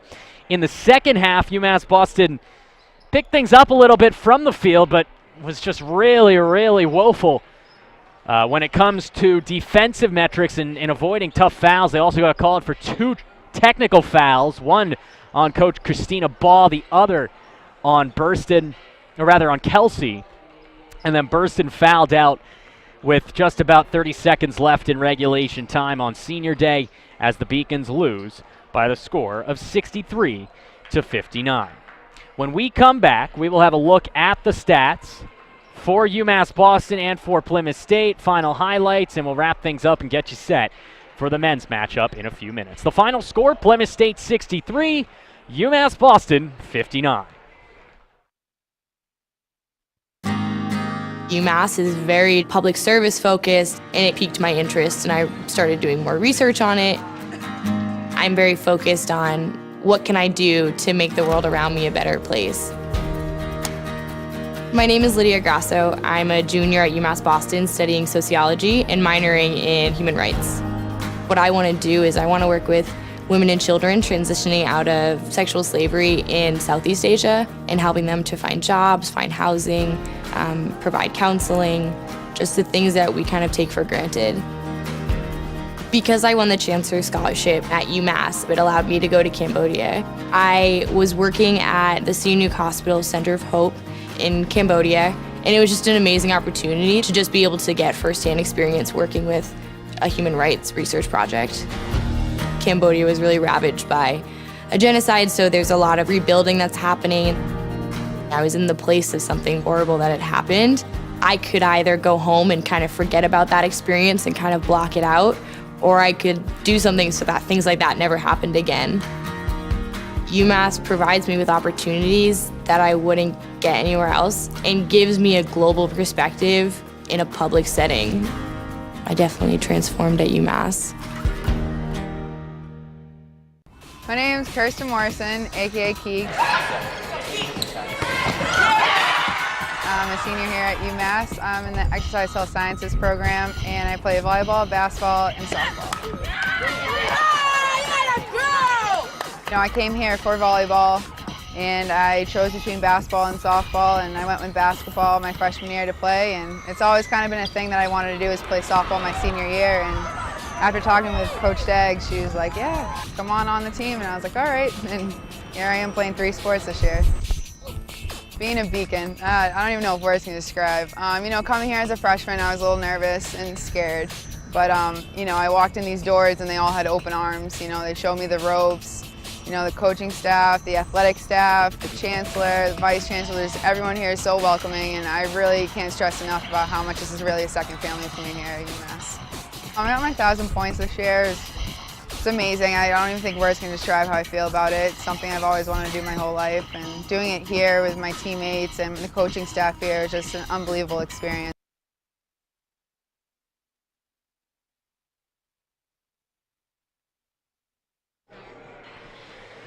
So UMass Boston falling 63-59 in game one of our doubleheader. Let's take a look now at the final team statistics for the Beacons and the Panthers here on the Beacons Broadcasting Network. You see there, Beacons fall to 9-14 overall. Just 28% from the field today. 10% from beyond the arc. 85% from the free throw line. They were out-rebounded 43-39. And, well, they didn't turn the ball over as much as Plymouth State, but as you see there, Beacons shot just abysmally from beyond the arc. Plymouth State, meanwhile, 38% from three-point range. And as it has been all season long, Ace Lawrence was the ace of the cards as she had 4 three-pointers for all 12 of her points to lead Plymouth to a 4-point victory. I'd like to thank our production team here on the Beacons Broadcasting Network as we wrap things up. Producers Seth Orensky, our directors Elizabeth Glavin and Rachel Maslak. Pepper Baker was on instant replay. Their camera operators Gigi Braga, Carly Robinson, and Eileen Shee. And, of course, myself, John Skudras. For everyone else involved, we'll be back in a few minutes' time for Game 2 of our doubleheader between Plymouth State and UMass Boston. This has been a Beacons Broadcasting Network production. Stay tuned for Game 2. Here on Senior Day, it's your UMass Boston Beacons at 12-10, hosting the Plymouth State Panthers at 10-11. Glad to have you with us as the Beacons getting set for what will be their final home game of 2016-17 as they are just about set for the Senior Day ceremonies. Let's take a look at the all-time series between these two rivals here on the Beacons Broadcasting Network. And much like with the women, Plymouth State has made UMass Boston a foe they like to face. 48-21 over the course of their institutional history are the Panthers against the Beacons. The last Panthers win came back on February 13th of last year. Almost a year to the day, a couple of days away from that, as it's 70-49 victory for Plymouth State. In their last meeting, the Beacons won back on January 11th, a 94-90 double overtime triumph. And Jason Harris, the head coach for the Beacons, was actually the interim head coach at Plymouth State back in 2007 and 2008. Let's take a look at the statistical outlook for both of these clubs here in 2016-17. As you take a look there, UMass offensively a much more proficient team, 76.7 per game, but they do allow a lot of points, 75.7. Field goal percentage, both teams relatively equal, 43.8 for the Beacons, 43.7 for the Panthers, and then on three-point field goal percentage, 34% for UMass to 33.3 for Plymouth State. They are introducing the seniors here on Senior Day, and for that we take a look at our team leaders as they welcome Iser Barnes onto the court, a 2-year member of the men's basketball team. Barnes not on the team leaderboard, but Sam Freeman is. He leads the team with nearly 18 points per game and a 55% field goal percentage.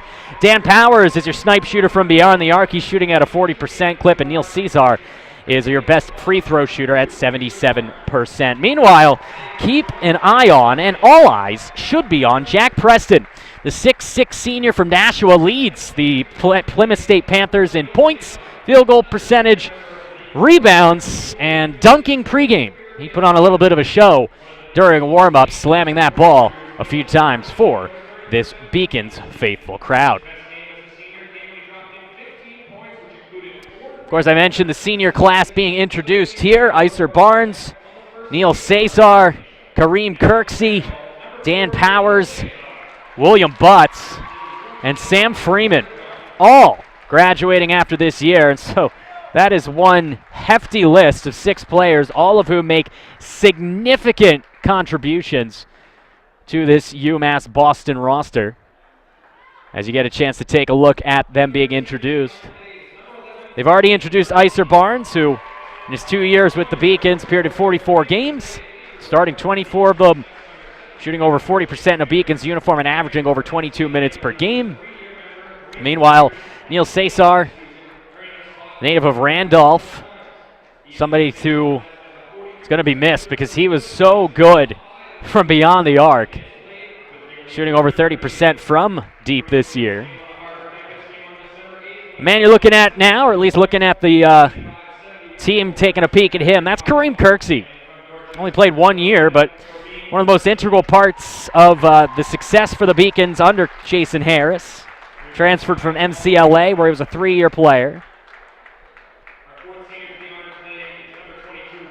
There is Dan Powers, the one shaking hands with Jason Harris. Dan, a 2-year member of the squad. Like I said, one of the best three-point shooters in the Little East Conference, and in 47 games, he combined for 494 points and over 1,370 minutes.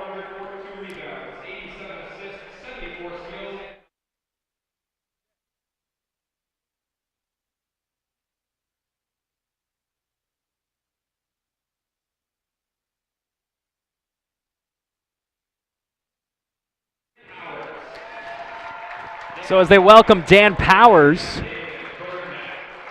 for his senior celebration, the next one will be William Butts. I welcome in Odera Jones into the broadcasting booth. And Odera, we're excited for this matchup on Senior Day 2017. Obviously, the Beacons would love to come away with a win as they introduce William Butts. Who should we be taking a look at for Plymouth, though? As Jack Preston, I mentioned, is a guy that they're really going to want to key on.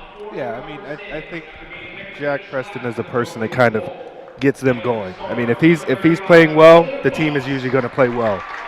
Everything goes through him. The offense goes through him. Defensive stops usually end through him. So he's going to be the guy. If he gets going, it's going to be hard to stop. It certainly will. The Beacons will be keying on Sam Freeman and company to contribute, and there is Sam. The Beacons' big man is going to get a round of applause from those who respect him and those who loved watching him over the course of his 4 years here as a member of the Beacons. He helped reshape men's basketball here on Beaconville, and Jason Harris with a huge smile. But I think Odera, Jason may be smiling now, but tomorrow he might be crying knowing that Sam Freeman is in his final year here. Yeah, Sam's one of those guys that's tough to replace. Sam's kind of been through it all. He's one of the guys that was here when Coach Titus was still here, so you never know how players are going to react once the coach that recruited them leaves the program. But Sam has taken a leadership role. It's been great to see. Absolutely. 82 games over 4 years, 679 points, 345 boards, 25 steals, and 47 blocks. He's having an all-conference year with his team leading 17.8 points per game and 55.5% from the field. A native of Boston, Sam Freeman is a local boy, but he will be missed here on Beaconville. It'll be interesting to see how he makes his exit here today in his final home game of the campaign. We take a look at the coaches. Andrew Novick, the head coach for Plymouth State. For UMass Boston, it's Jason Harris, and it's going to be an exciting one here in the Little East Conference between the Beacons and the Panthers. We're going to step aside for just one moment. When we come back, we will have the opening tip-off between Plymouth State and UMass Boston right here on the Beacons Broadcasting Network. Paris changed my life, and I got there through UMass. Those very specific seminal moments in Paris. The subway. A man in a tuxedo walked in, and a woman in a long gown. And it was stunning. It all hit me. It was like a lightning bolt. There was this world of beauty and style that I wanted to be a part of. That was the beginning of the journey. And that all came through the University of Massachusetts. And that was really a key moment for me. That's one of those moments you never forget. Along with Odera Jones, I am John Skudris. We're getting you set for the opening tip-off as they introduce the starting lineups for Plymouth State and UMass Boston.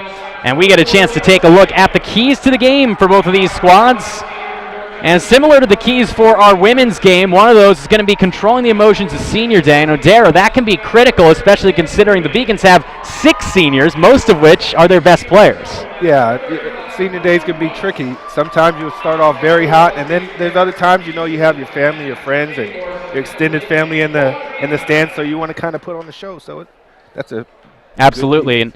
And one of the things with controlling emotions is not getting into foul trouble, not getting bad fouls. One of our keys there, Freeman and Powers need to stay out of foul trouble. That's going to be critical, especially when you consider the size matchup that they have against the likes of the aforementioned Jack Preston. Yeah, and for a lot of people that haven't seen Jack Preston, he's an entertaining player to watch. He's not coming out right now today, but hopefully he'll be coming off the bench sooner or later. Yeah, Preston struggled in their last matchup, a 24-point loss for Plymouth State.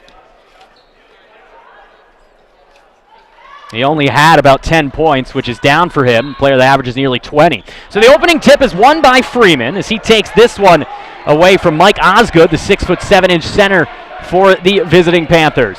We get underway, and a bad turnover there by Neil Cesar is coming the other way, and a nice behind the back fake and lay-in for Mike Osgood. Well, it'll be interesting to see a lot of these guys that are on the court. Some of them have played together as seniors, and some of them haven't. So I know they're still trying to work out the jitters right now and figure out the pace of what this game's going to be. Kirksey to Cesar, around the horn they go. With possession there is Butts. All the seniors out there here as there's a pull-up three-pointer from Butts. That's off back rim and out. It comes out of bounds, and Plymouth State basketball with 19:21 to go, first half of play. And so William Butts, after he took that shot, is going to take a seat. So he gets that shot here on senior day to hit that early three, and now he'll be replaced out there by another senior, Dan Powers. Hey, it was great, you know. Will was in there. Get one off before you go out. I don't hate that at all. Absolutely, and now with possession for Plymouth State, Jalen Leroy tried to get it underneath, and it's intercepted. And the ball picked off by Kirksey. And so the Dorchester native hands things off to Barnes, and Iser will run the show offensively. Gives it to Powers. Around the horn they go near side. Pump fake there from Cesar. He drives and then gets it taken away yet again. Second turnover for Neal in the first three possessions. Wow, that's a tough start. Tough start for the senior, but I'm sure he'll pick it up and get it going here pretty soon. Osgood misses on the three-point attempt. Very early on, Beacons down 2-0. The women's squad had a couple of bad turnovers early in their match, falling behind 5-0. They did climb back to tie it at the half before succumbing by 4. Meanwhile, Powers goes down low to Freeman. Freeman double teamed, using all the strength he's got to put it up and get fouled as Sam Freeman will head to the charity stripe for 2. That was a good entry pass to get Sam the ball in the spot that he's good at. I mean, he scores at a high rate down there, so good way to start to get the big man involved. Freeman, obviously the team's leading scorer and one of those players that the Beacons are going to have to rely on as he connects on the first free throw of the afternoon. And we'll get our substitution here as Ty Lee, the 5'10 freshman from Boston, Massachusetts, will step in here as he'll spell Cesar. Freeman 2 for 2 from the charity stripe, and so a good start for Sam and company. Full court pressure applied here by the Beacons. They penetrated as Osgood gets it over half court and smartly hands it off to Ernie Johnson, who gets it to Nathan Clark. The senior 5'11" point guard hands it off to Johnson. Around the horn they go as Clark gets it back, looking for the cutter. Instead, he hands it off on a nice no-look feed to Kieran Beck, who then gets it to Johnson, but a traveling violation on Beck, and a turnover just 2 minutes in. It was a great defensive possession by the Beacons. They were able to slow down Plymouth State and some of the things that they were trying to run, so good defensive start there. 2-2, still no Preston in there for Plymouth, as the Beacons will try to take advantage early on. Powers got the quick pass, drives all the way in, and then gets tied up in a great defensive play by Kieran Beck, the junior from Danvers. And that is a jump ball with the possession now pointing towards Plymouth, so it's as good as a turnover there for the Plymouth State Panthers. Yeah, you know, you can't be mad at that. The guy got beat on the shot fake, but was able to recover and tie up the ball. Beacons and the Panthers tied up it too early. Johnson, nice feed as Beck puts it up, but off the side of the rim and out. And Powers leading the rush in transition, 3-on-2. The numbers devolved, and so he's got to set things up again as he hands this off to Ty Lee to run the show. 20 seconds on the shot clock, and then Ty dribbled it off of his leg and almost lost it back court. Lee to Barnes, hands it off to Powers, no-look feed, and unable to contain it initially there was Kirksey, but his pull-up jumper from just inside three-point range is good. It's 4-2 Beacons. Half-court pressure here. Beacon's playing man-to-man here in the first half of play. Osgood. And then from downtown, there's a three-pointer from Jalen Leroy. Rebound to Beck, but it's stripped away by Powers. Freeman eventually comes down. The Beacons with possession. So the Beacons up by 2, 4-2. Ty Lee, the freshman, has it. Down low to Freeman. Freeman on Beck, and he gets his pocket picked by Kieran Beck. Nice play by 13 and Green. And coming the other way now are the Panthers. Nathan Clark. Jalen Leroy, and then gets it near side for Johnson. Senior from Springfield back outside for Clark. Drives in. Awkward pass there, but connecting with Leroy. Jalen D'd up by Kirksey. Leroy, double crossover move and gets the foul. And that foul is on Kirksey, his first. Way to be patient. He was patient, looking for a guy to get open. No one got open. Just forced the issue and tried to get to the basket. And so with that patience, Plymouth will inbound it here. Clark running the show. Fresh shot clock, 30 seconds, as Osgood comes near side for Clark. Nice hesitation move and a beautiful drive by Nathan Clark as he goes around the D and ties it at 4. That was a quick move. I think he kind of surprised Ty a little bit on that one. Ty closed out on him, and by the time he closed out, he was already gone. Beacons still getting their sea legs defensively early on against Plymouth. It seemed that they beat just last month as Powers comes in, and that is an offensive foul on Dan Powers. Great defense. I mean, great defense. Dan's like a runaway train sometimes, you know. He gets going, he's hard to stop. So that's a great job stepping in there and taking the charge. That foul was on Kieran Beck as we will have our first timeout of the game. We are 4 minutes and 13 seconds into the first half of play. It's Beacons 4, Panthers 4 here on the Beacons Broadcasting Network. University of Massachusetts Boston. It's just minutes from downtown, and the Princeton Review calls it one of the best values in the country. A nationally recognized institution of academic excellence and research, UMass Boston offers more than 150 undergraduate and graduate programs, 16 Division III sports, and more than 100 student organizations. To learn more about the opportunities waiting for you at UMass Boston, visit in person or online. UMass Boston, a research university with a teaching soul.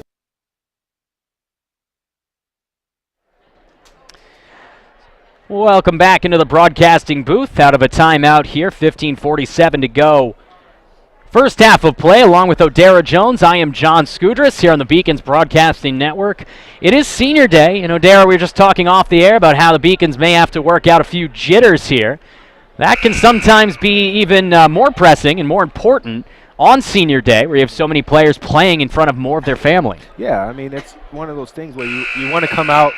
Of course, every game you want to play well, but a senior day, it's a little different. You want to play extra well because you know everyone's come to support you, to come support the team. And a lot of these people have been here your whole life, so you want to make sure you put on a good show for them.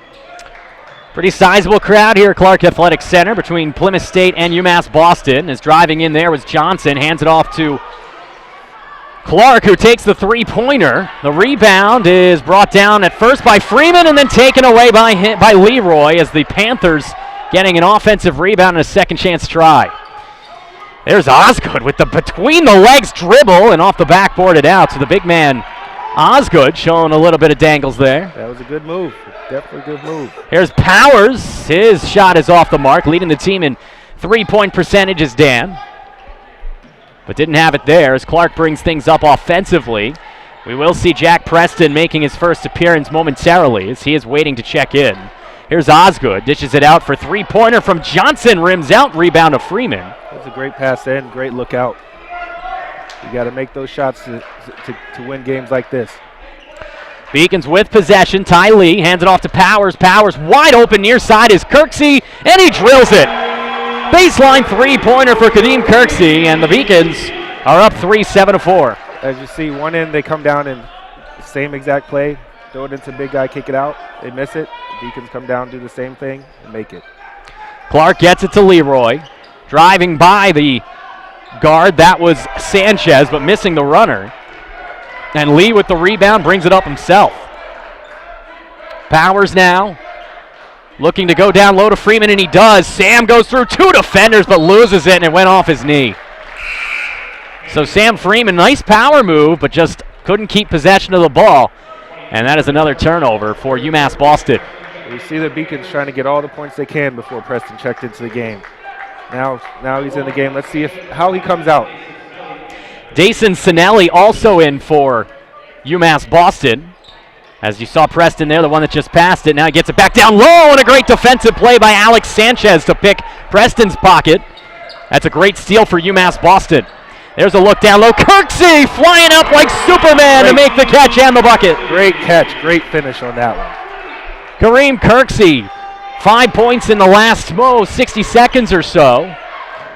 He's D'd up on number 22, Curtis Arsenal. He goes down low to Preston, who's double teamed. He almost turned it over again, gets it back, and can't hit. He gets his own rebound, can't hit again, and Sanchez, that was actually Sinelli who punched it away. Kirksey gets the rebound. So far, so good for the Beacons as Kirksey takes the three, and that one rims out. Well, that's what I wanted to see how Preston came out. It's sometimes a little jarring if you've been starting for the whole year, and then one game you're just coming off the bench. You kind of feel like you're behind, but. And now here he is going right around Dan Powers like he's a traffic cone. Yeah, that was quick. That was a quick move. He's good. He's a great player. Preston's played in only 17 games this year, averaging 18 points a game in 22 minutes a game. That one is a foul on the court, and the call is going to be on Clark, his first. So we'll get a substitution for the Panthers. Checking on in here, number 21, Nick McGregor, and number 10, Colin Sullivan. A couple of New Hampshire natives. As Kieran Beck and Nathan Clark will take a seat. Here's Lee, handoff to Sinelli. Nice look down low for Freeman. A beautiful pump fake, but couldn't finish. That was Kirksey who couldn't finish, and that one comes out of bounds. Kareem Kirksey early on, very active for the Beacons. He's playing well today. He came out. He was one of the ones that was able to control his emotions. So he's been flying around the court today. Beacons have a small lineup out there against Preston and company. As you see, there's Ty Lee D'ing up the point guard. That's Leroy. Also out there, Alex Sanchez. Kirksey, who gets the steal on a good defensive play by Lee, and then dives to the court, and he's going to try to get the timeout. He cannot, as it's a jump ball, but the Beacons do keep it. So a good turnover forced by aggressive defense from the Beacons. Great job by the young fella, Ty Lee. He's down, ready in the defensive position. Coaches tell players to stay in the defensive position. Sometimes guys bring the ball right in front of your face. That's what happened on that possession. So the Beacons, with that undersized lineup, showing that speed can indeed kill. As Barnes hands it off to Powers. 12-12 to go, first half of play. Beacons up 9-6. Along with Odera Jones, I am John Skudras. There's a nice driving runner up and in there. A beautiful play by Lee. So he does it defensively and then gets involved offensively as well. You like to see that from the young guys. The Beacons right now have 3 freshmen out on the court. So this is an interesting contrast on the senior day. You start to see some of the younger guys out here producing. And there's one of them, Alex Sanchez. Great defensive play, and he turns it into transition points. A fast break for UMass Boston as they deliver. It's 13-6. Plymouth State wants to make sure that they slow things down a little bit. The game's kind of getting towards the UMass Boston pace. You want to make sure you get a good shot on this one. Pump fake there by Johnson, driving with the right hand. Good rebound rising up Sinelli, and then that's out of bounds. Off of Plymouth State is trying to save that one. Was number 2, Ernie Johnson, and we have a timeout with UMass Boston up 7. So 11:21 to go, first half of play. Beacons Broadcasting Network, it's UMass Boston 13, Plymouth State 6. We're going to a commercial break. We'll be right back after these messages. Celebrate the soggy shoes and the slow starts. Celebrate the lessons learned along the way.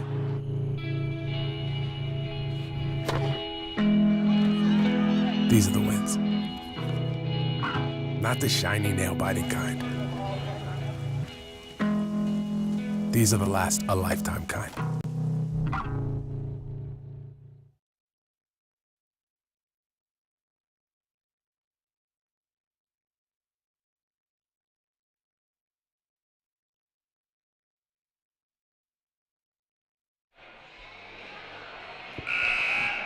Welcome back to the Beacons Broadcasting Network. Along with Odera Jones, I'm John Skudras. Beacons leading 13-6 here on Senior Day. And we talked about it had to be Powers and Freeman getting good shots and staying out of foul trouble, but so far it hasn't even been the seniors. With the exception of Kirksey, it's been a lot of freshmen who have really stemmed the tide here for the Beacons. Well, and the freshmen on the Beacons team do a good job of speeding up the pace for a lot of different teams. So they've kind of started to enforce their will a little bit. Let's see how Plymouth State handles that.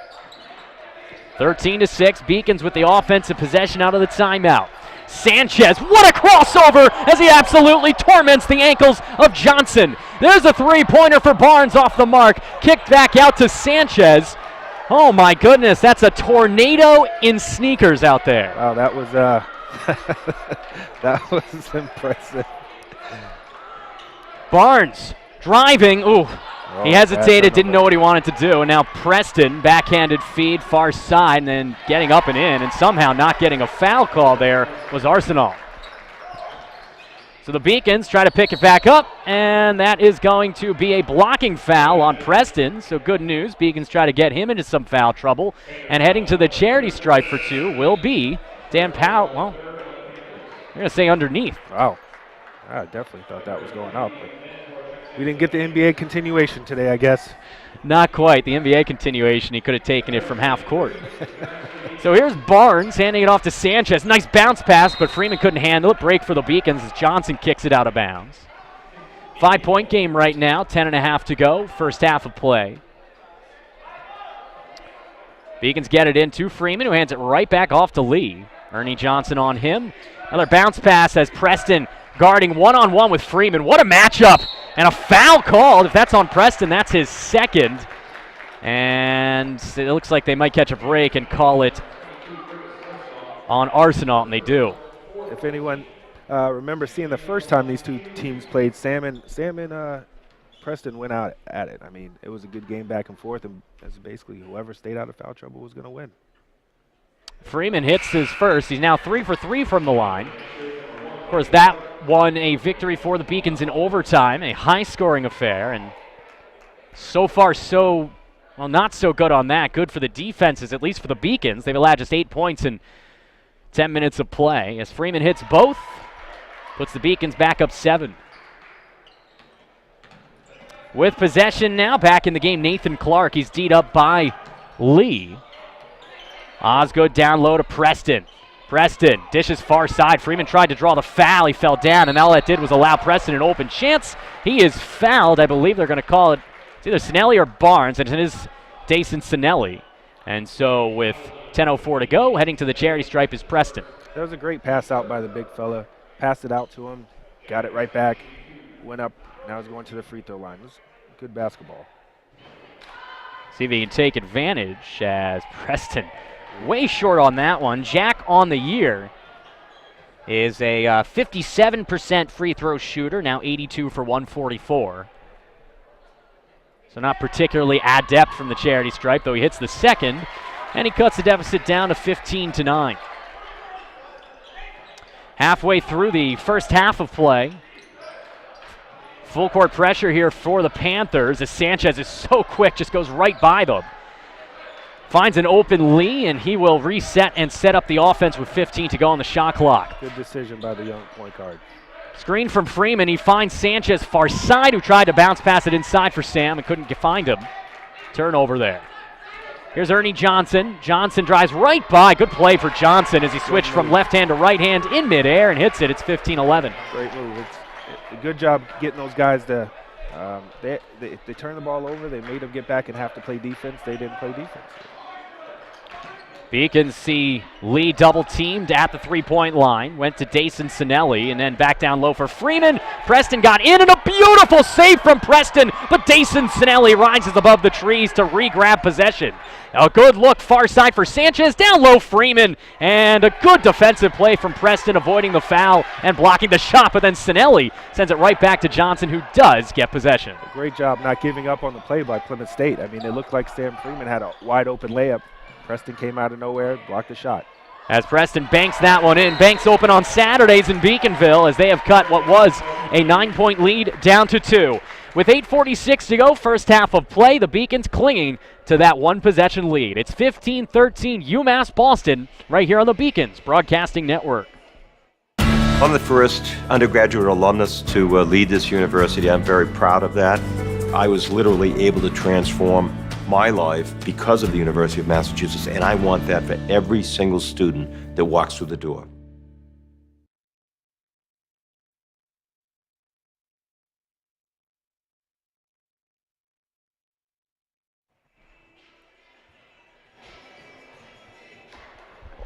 Welcome back as the Beacons, with 8:46 to go, will get possession up by 2. Lee bringing it up here as he connects with Barnes. Half-court press being applied by the Panthers as this 3-guard lineup eventually sees Barnes coming in, get it partially blocked by Preston. The rebound to Freeman, gets his pocket picked by Clark. Great Clark extra effort. With a no-look feed, speaking of effort, but Preston couldn't handle it. Wow, you get opportunities like that. You just want to make the right pass. I don't think the behind-the-back pass or head pass was needed on that. Sometimes you get a little fancy in big games and it backfires. And for Clark on that one, a 5'11" Reading native, tried to put a little bit too much polish on it, turned it over. There's Dan Powers from just inside the three-point line, but 22 feet, misses. It's going to be a rebound to Ernie Johnson, and Johnson drives, dishes out to Arsenal. Preston from about a foot inside the three-point line and gets the friendly roll, so he continues to show that he's not only big down low, he's got a little range as well. Yeah, he could step out and make the free throw line extended jumper. That's why he's such a dangerous player. Powers is dangerous as well. He hands it off instead to Barnes, driving through 2 big defenders, but he could not get the roll. And so from a 9-point Beacons lead, it is now tied, and a chance for the Panthers to take the lead for the first time. Getting hit there a little bit was Osgood. Took the body, no call, as Freeman gets the rebound. Now you want the Beacons to come down and get a good shot on this possession. It's one of those stalemates where no one's really scoring right now. The teams are starting to settle in and buckle down, so let's see what happens next. Nice look, and then Lee, he got that shot away, I think, before he came back down, O'Dare. I don't know what you saw, but that looks like a bad call. That was a bad call. That was definitely a bad call. I mean, it looked like he was going to travel, but somehow, some way, he still threw it at the rim. Maybe it's just one of those situations where if you make a better play, you're not even in position to have that. He got caught between shooting and passing, and that's the way that cookie crumbled. So we have 7:12 to go, and the cheerleaders make their way onto the court for the first time. Beacons and the Panthers tied up at 15. Did you anticipate, well, I'm sure you did after the way the first game went, a close matchup, but so far, neither of these teams have really been able to take control offensively. Yeah, both of these teams have smart basketball players, so when you get into a game with high IQ basketball guys, it's usually a little mistake here, a little mistake there that'll change the momentum of the game. But so far, this game has been kind of what I thought it would be. 15-15, 7 minutes and 12 seconds to go. Along with O'Dara Jones, I'm John Skudris. This is the Beacons Broadcasting Network. Here on Senior Day, the final home game of the season for Jason Harris's UMass Boston Beacons, and they'll come out of that timeout with a little bit of a change as Kirksey comes back in for Sinelli, and so he'll be out there with the guard tandem of Lee and Barnes and the other forward Powers and their center Freeman. Meanwhile, they'll be countering a very fast lineup for the visiting Panthers as you have Clark and Ernie Johnson as well as Jalen Leroy. This is the starting lineup with one exception as Jack Preston is in there.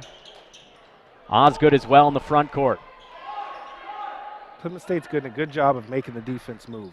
I mean, sometimes you get the easiest shots by just moving the defense back and forth, and that's what they're doing. They're getting the ball moving. Johnson pump fake down low, Preston. Preston triple team, still takes it and makes it. Freeman has no answer for the strength of Preston down low. He's dangerous. He's dangerous. And the thing is, I mean, you can get physical with him, but you don't want Sam Freeman to get in foul trouble early on. So you really have to be very, very cautious. Here's Powers driving, awkward shot as he was off balance, trying to draw the foul. And now up by 2 with a lead for the first time. The Panthers will look to build on it. Look for the look for Plymouth State to go down and try to get it down to Preston again. I mean, if it's working, keep feeding the big guy. There is Preston. Nice spinorama, and then he loses it.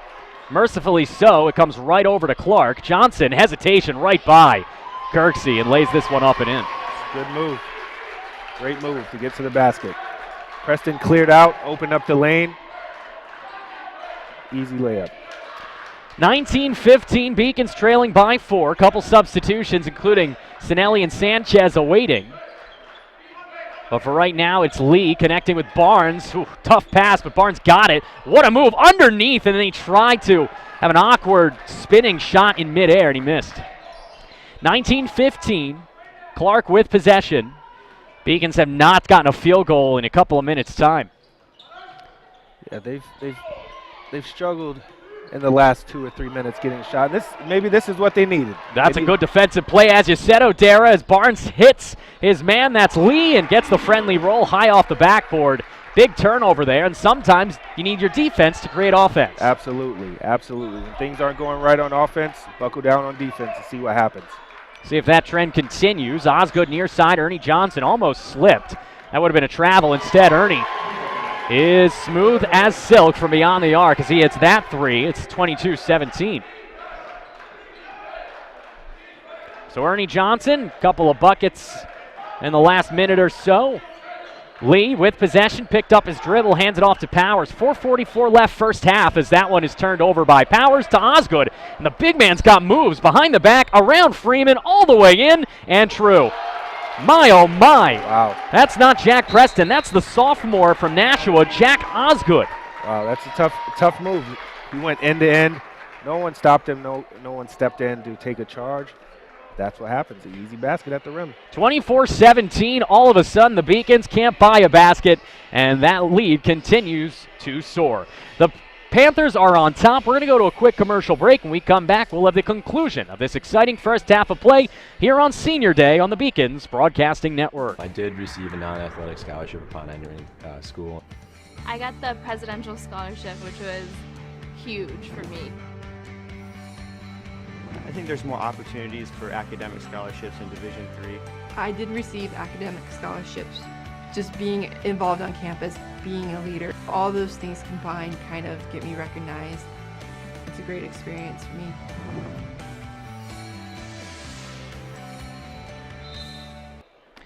So out of the timeout, Beacons inbounding this. Couple of substitutions. Sinelli and Sanchez are in. And they're also going to be joined out there by Cesar, who hasn't been out there since the very first few minutes of this game. There's Freeman trying to extend his range, rims out. Cesar had a hand on it, then it comes out of bounds. And, ooh, a break again for the Panthers, as somehow they say that came off of Neal. Wow. Wow, sometimes, some games you need some breaks like that, but that one was questionable. It's the second such questionable call the Beacons have been the victim of, as Preston is back in. Lucky us. As with possession is Ernie Johnson off the inbound, D'd up there by Sinelli. It's 24-17, 4 and change to go, first half of play. Clark gets the feed from Johnson. Right back to Ernie. He showed his range already, and that one rims out, rebound by Powers. So a heat check there for Ernie, and then Powers almost turned it over. Persevered enough to get it over to Sanchez, who's so quick. Can't hit it there. And he's not going to like the call, as that is an offensive foul on Alex Sanchez. And another turnover for UMass Boston. Wow, that one's a tough one. You know, it was definitely a charge, but you know,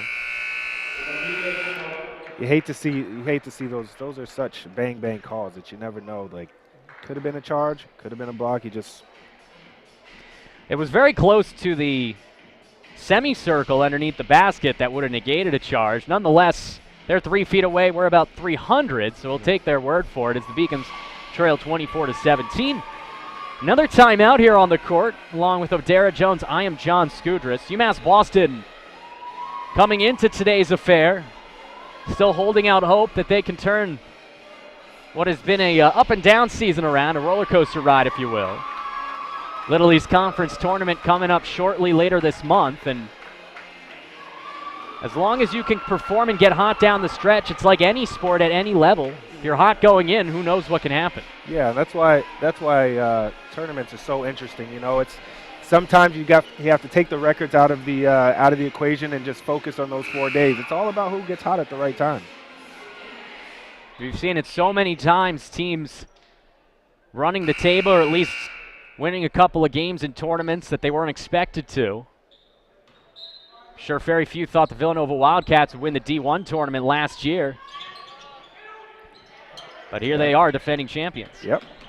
Meanwhile, Beacons would love to turn this first half around. Unfortunately, though, with just 3:30 to go, they can't get out of their own way with regards to turnovers. We'll see if they can get it done defensively again as Clark is D'd up by Sanchez. Arsenal gets a nice bounce pass. Fadeaway jumper rims out. A little too strong for Curtis Arsenal. The Beacons are going to need to get a good shot. They're struggling a little bit on the offensive end. Let's see if we can get something going towards the basket, throw it into the big fella, see what happens. But or you could take the wide open three. Neil Cesar, he takes the three, just as you said. Right, just as you draw it up. Odera Jones, 3 minutes left. The Beacons cut it to 4. Just to 2 possessions now, and ooh, the coaching staff wanted the turnover there, but Cesar turns a little good offense into good defense. When you see what happens when you make a couple shots, everything else starts being that much more aggressive. Let's see if the Beacons can get anything out of this. Half of this game is confidence as Preston has it. D'd up by Freeman. Another spin move by Preston, and the underhanded lay-in is good for Jack Preston, a man among boys underneath for Preston. It just makes it look so easy.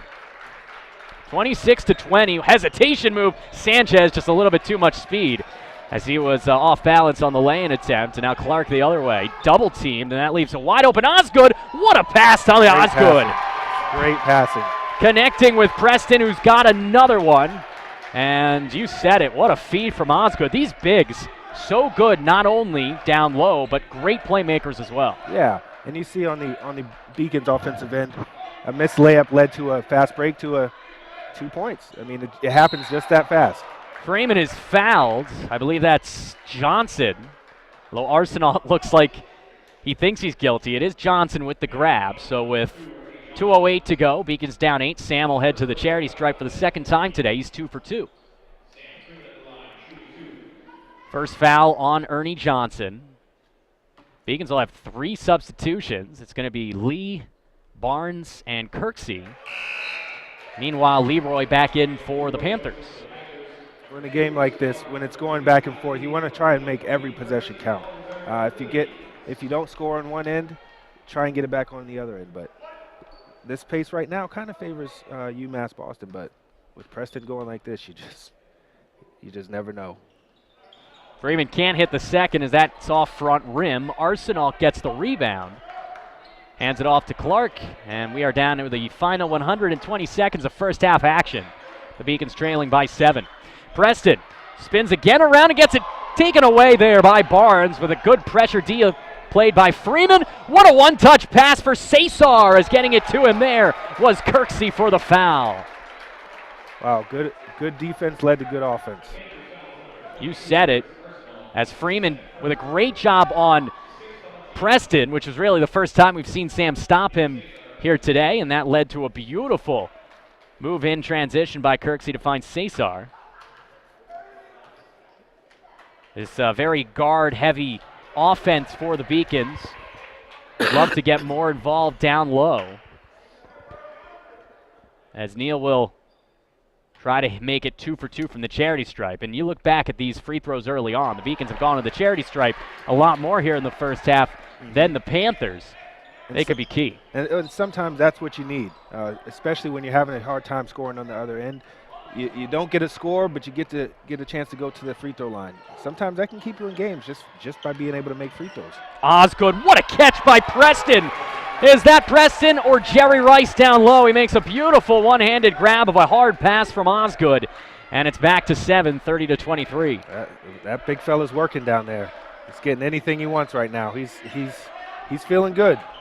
Freeman has some trouble there with Preston, but he turns it into success. Spinning to make that jumper, and he cuts it back down to 5. You know, Sam may be struggling a bit defensively against Preston, but offensively he's putting together a nice first half. There's Osgood from the free throw line, rims out, rebound by Kirksey. And the Beacons have a chance with less than a minute left now to cut it to a one-possession game. Lee finds Freeman at the free throw line. Barnes open for three, and he rims out off the back. Kirksey clearly over the back. Yeah. As he leaped all over Clark on that one. You like the effort, you hate the foul, but hey, you know, at least it's not going to cost him, you know. That's his second with just 45 seconds left. Jason Harris is going to say, don't risk it, Kareem. Come on, we'll get Dayson Snelly in there for you. And don't get that third foul in the first half. That's just good coaching by Harris. That's the last thing you want. No, especially with the key guy. As Leroy can't hit the three. Rising up is Osgood, but coming down with it is Lee. 30-25, 30 seconds left. Beacons, they want to. They can wind down the clock a little bit here. I think Barnes is just going to try to find a good shot. Instead, he gets rejected. It's the first block of the game for Preston. You see Preston again making a difference on the defensive end. We've seen what he can do on the offensive end. He can also do it on the defensive end. Arsenault will take a seat as Johnson comes back in. Freeman hands it off to Lee. One-handed runner off the mark, and that was going to be an easy rebound for Osgood. So now 12 seconds left. The shot clock's unplugged. The Panthers can hold for one. Ernie Johnson's a great shooter. They'll probably want him to take it. With 5 seconds, he drives. The runner is up and in. Ernie Johnson, a huge first half, as the clock will expire before Lee can get that one away. And just like that, the first half comes to an end. So the score, the Panthers 32, the Beacons 25. We'll be back here on the Beacons Broadcasting Network.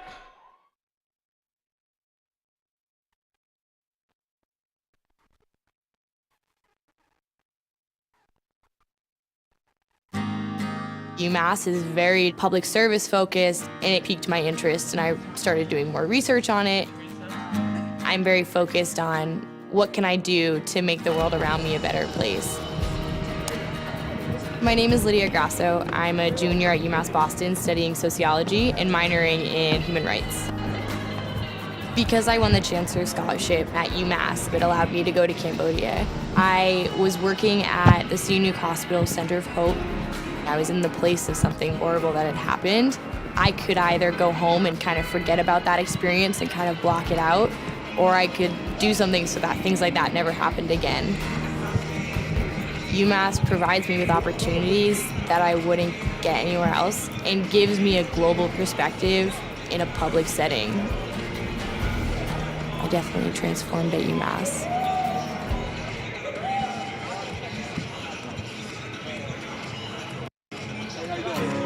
Psychology is about understanding the individual and understanding the mind. The main reason why I want to combine psychology and business degrees is because I want to understand the business decisions that are made. I'm Nurcan Chalabi. I'm from Turkey originally.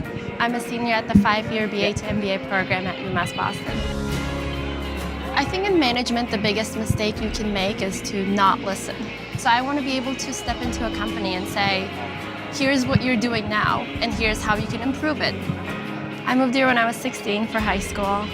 Moving from Turkey, it was a rough journey for me because when you don't really speak the language that well, and when you don't really fit in.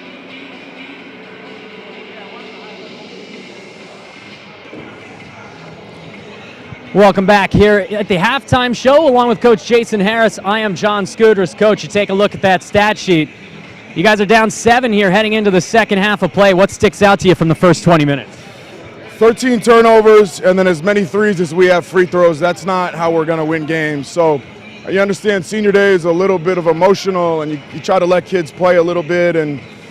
But second half here, we're going to have to, cut that out now. And, hopefully guys got all their feelings out, and, we're going to have to really hunker down here and focus if we want to get the 4 seed and win today. Absolutely. Now, we've seen your freshmen really grow over the course of the year. Sanchez and Lee looked pretty good in that first half. Are you going to go to that more young-oriented lineup, or are you going to maybe see some of those seniors with that leadership and experience come in a little bit more in the second half? We're going to play really, really fast. So the guys that are playing fast and pressing, we're going to play those guys. Absolutely. And last one before you head on in, Coach. You guys have had a little bit of trouble down low with Preston and Osgood. They're very good playmakers as well as in the post. What do you guys have to do to defend those guys? Well, for one, we need to make them work in the backcourt so they can't just walk down and pick us apart with their size. We're playing too slow offensively as well. So, again, we just need to change the tempo of this game because both those guys they're just really good players. And again, you see they're 9 for 17, and you know it's going to be hard to win like that. Well, Coach, best of luck in the final 20 minutes. Hope you come away with it. Beacons down 32-25 after 20 minutes of play here on Senior Day. The men are going to try to avoid making it 0 for 2, along with the women's loss by 4 points earlier this afternoon.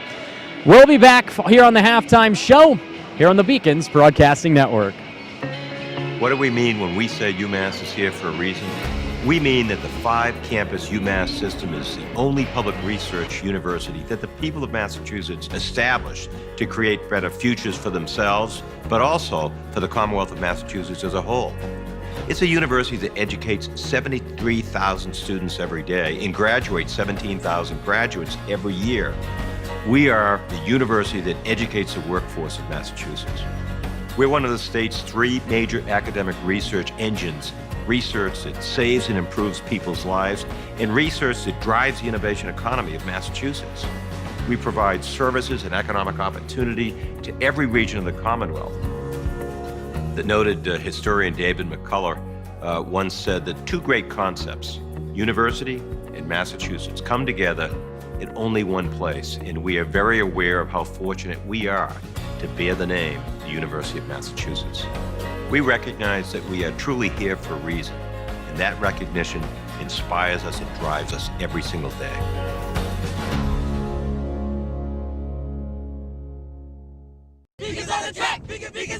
My name is Tyler Hart. Being on the track and field team here is the greatest decisions I've made besides coming to UMass Boston. When you train together in that sort of intensity, you build a bond with people who are training with you. You know, it's like a higher level of friendship. It's like teammates, it's just a different level. My freshman year, I got a Rookie Athlete of the Year. Outdoor, for my sophomore year, I was the first time I went to nationals.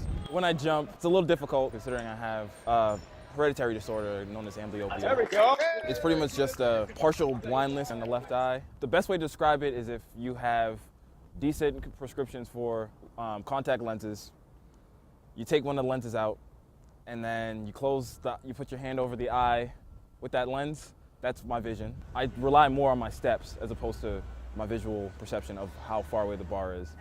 And since I can't see out of my left eye, I have to sit on the far left-hand side of the class. Hopefully coach for a few years and coach some high school kids, maybe even coach on a college level as like an assistant coach, and go to PA school, and then do a 5-year program and try to get my loans paid back, and then go from there. We graduate 17,000 students every year, and the vast majority of them stay in Massachusetts. We have over 280,000 graduates in Massachusetts today. We graduate people in critical fields, engineering, STEM fields. We graduate people with research experience where they can start their own companies. It is amazing to see what UMass graduates accomplish once they leave the university. I remember vividly my own graduation from UMass. It was a beautiful day. It was perfect weather. I remember the pride that my mother and father felt. I could see it in their eyes. Here it is, 30 years later, I get an opportunity to preside over UMass commencement. It is so moving and inspiring for me to think this is what it's for. Here we are, we have these graduates that we're going to unleash on the world, ready to take on the world, happy about the accomplishment, but also hopeful about the future. It's hard not to get emotional at a UMass graduation. You see that UMass is here for the Commonwealth, here for a reason.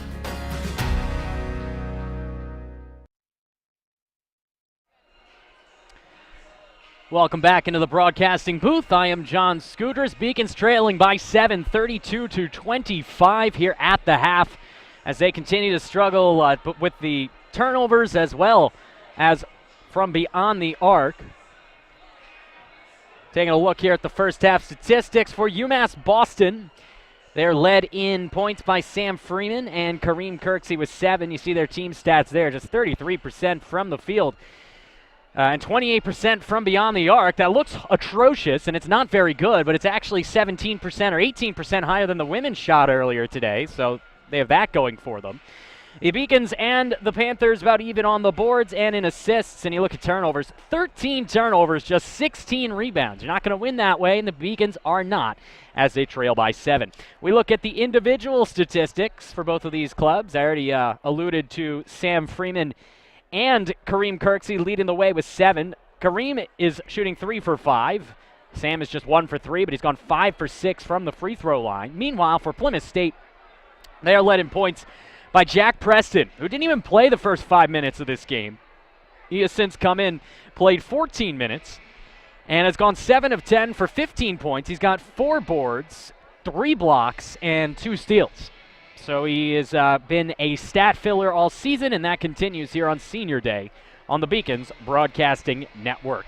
Let's take a look around Beaconville and see what's going on the rest of the afternoon. You take a look earlier today right here on the Beacons Broadcasting Network. Plymouth State beat the women's basketball team 63-59. It was a much nicer tale for the women's hockey team, who beat the Panthers women's hockey team 3-1.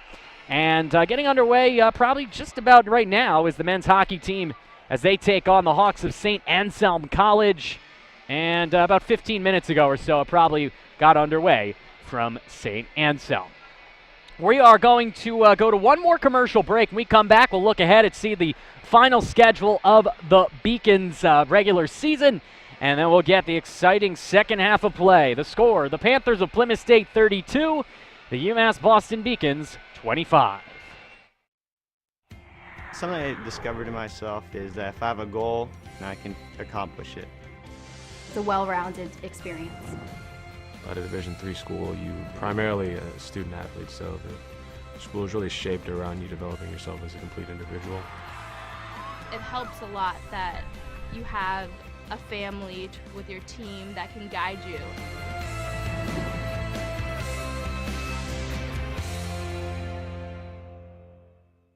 I'm the first undergraduate alumnus to lead this university. I'm very proud of that.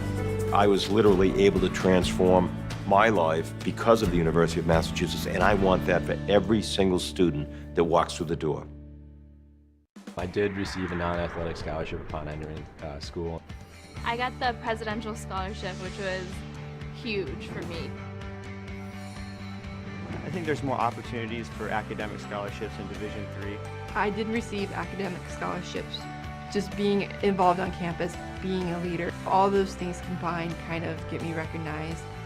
It's a great experience for me.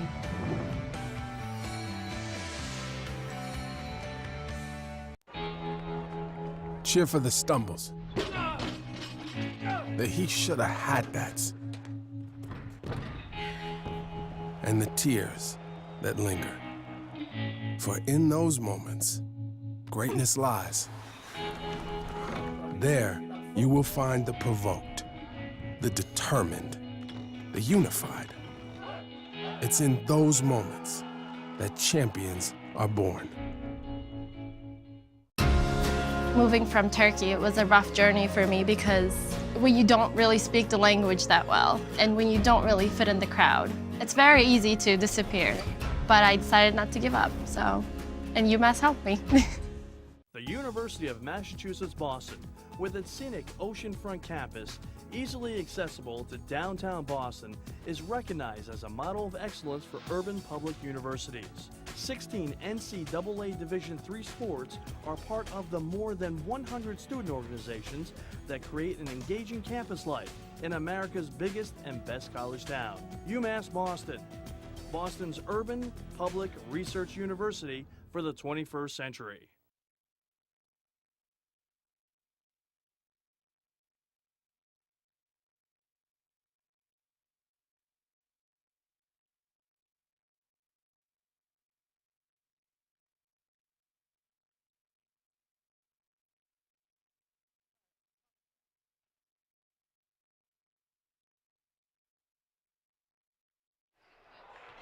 Welcome back as we get set for the second half of play. UMass Boston down by 7, 32-25. UMass Boston in that first half of play really struggled offensively. We went over the statistics a few moments ago.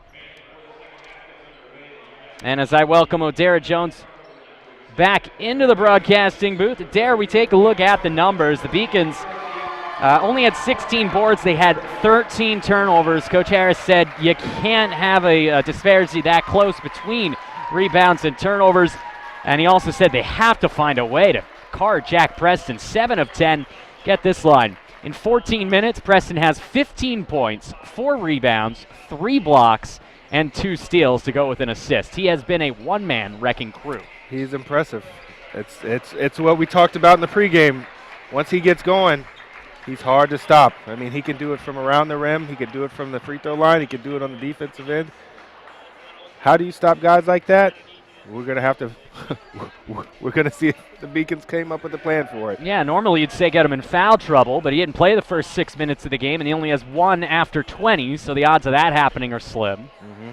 And elsewhere, I mean, you take a look, the Beacons and the Panthers both had at least 5 fouls. Panthers had 6, but no one with more than 2. That's Arsenal. The Beacons have only Kareem Kirksey with 2.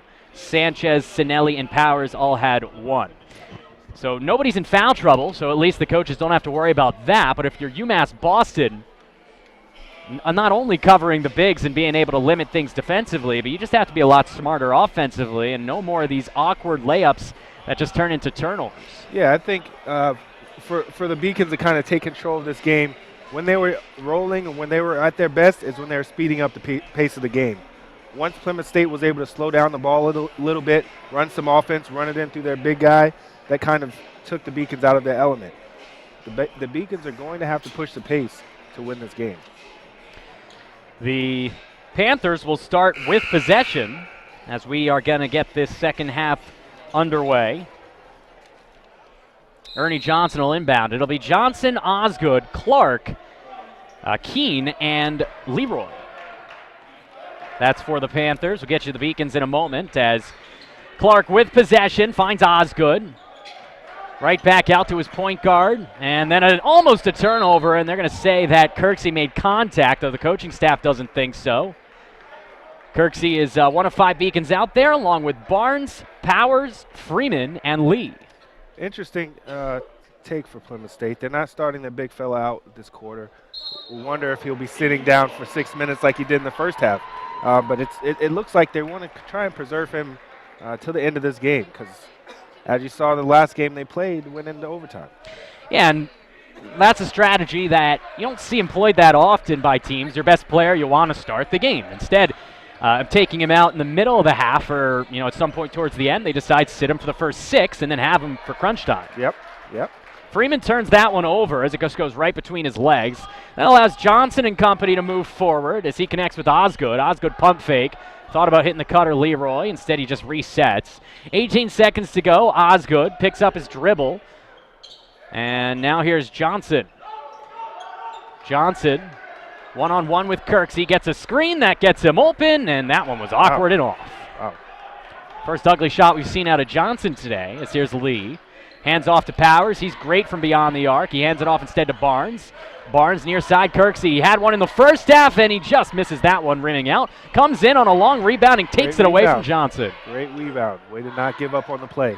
Great look down low for Lee as Powers hits him, and Lee puts it in, and the Beacons get their first bucket of the half. Good pass. The extra effort got them those points. Beacons down by 5. 90 seconds into the second half of play. Leroy hits Clark.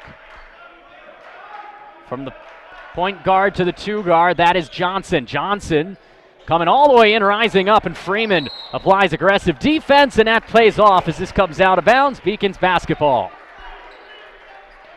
So aggressive D from Freeman, standing tall in his post as Johnson came rising in, and that gives the Beacons the ball back, trying to cut this to 1 possession. Barnes thinks about it. Instead, he comes in, pull-up jumper, and he hits it with a friendly roll.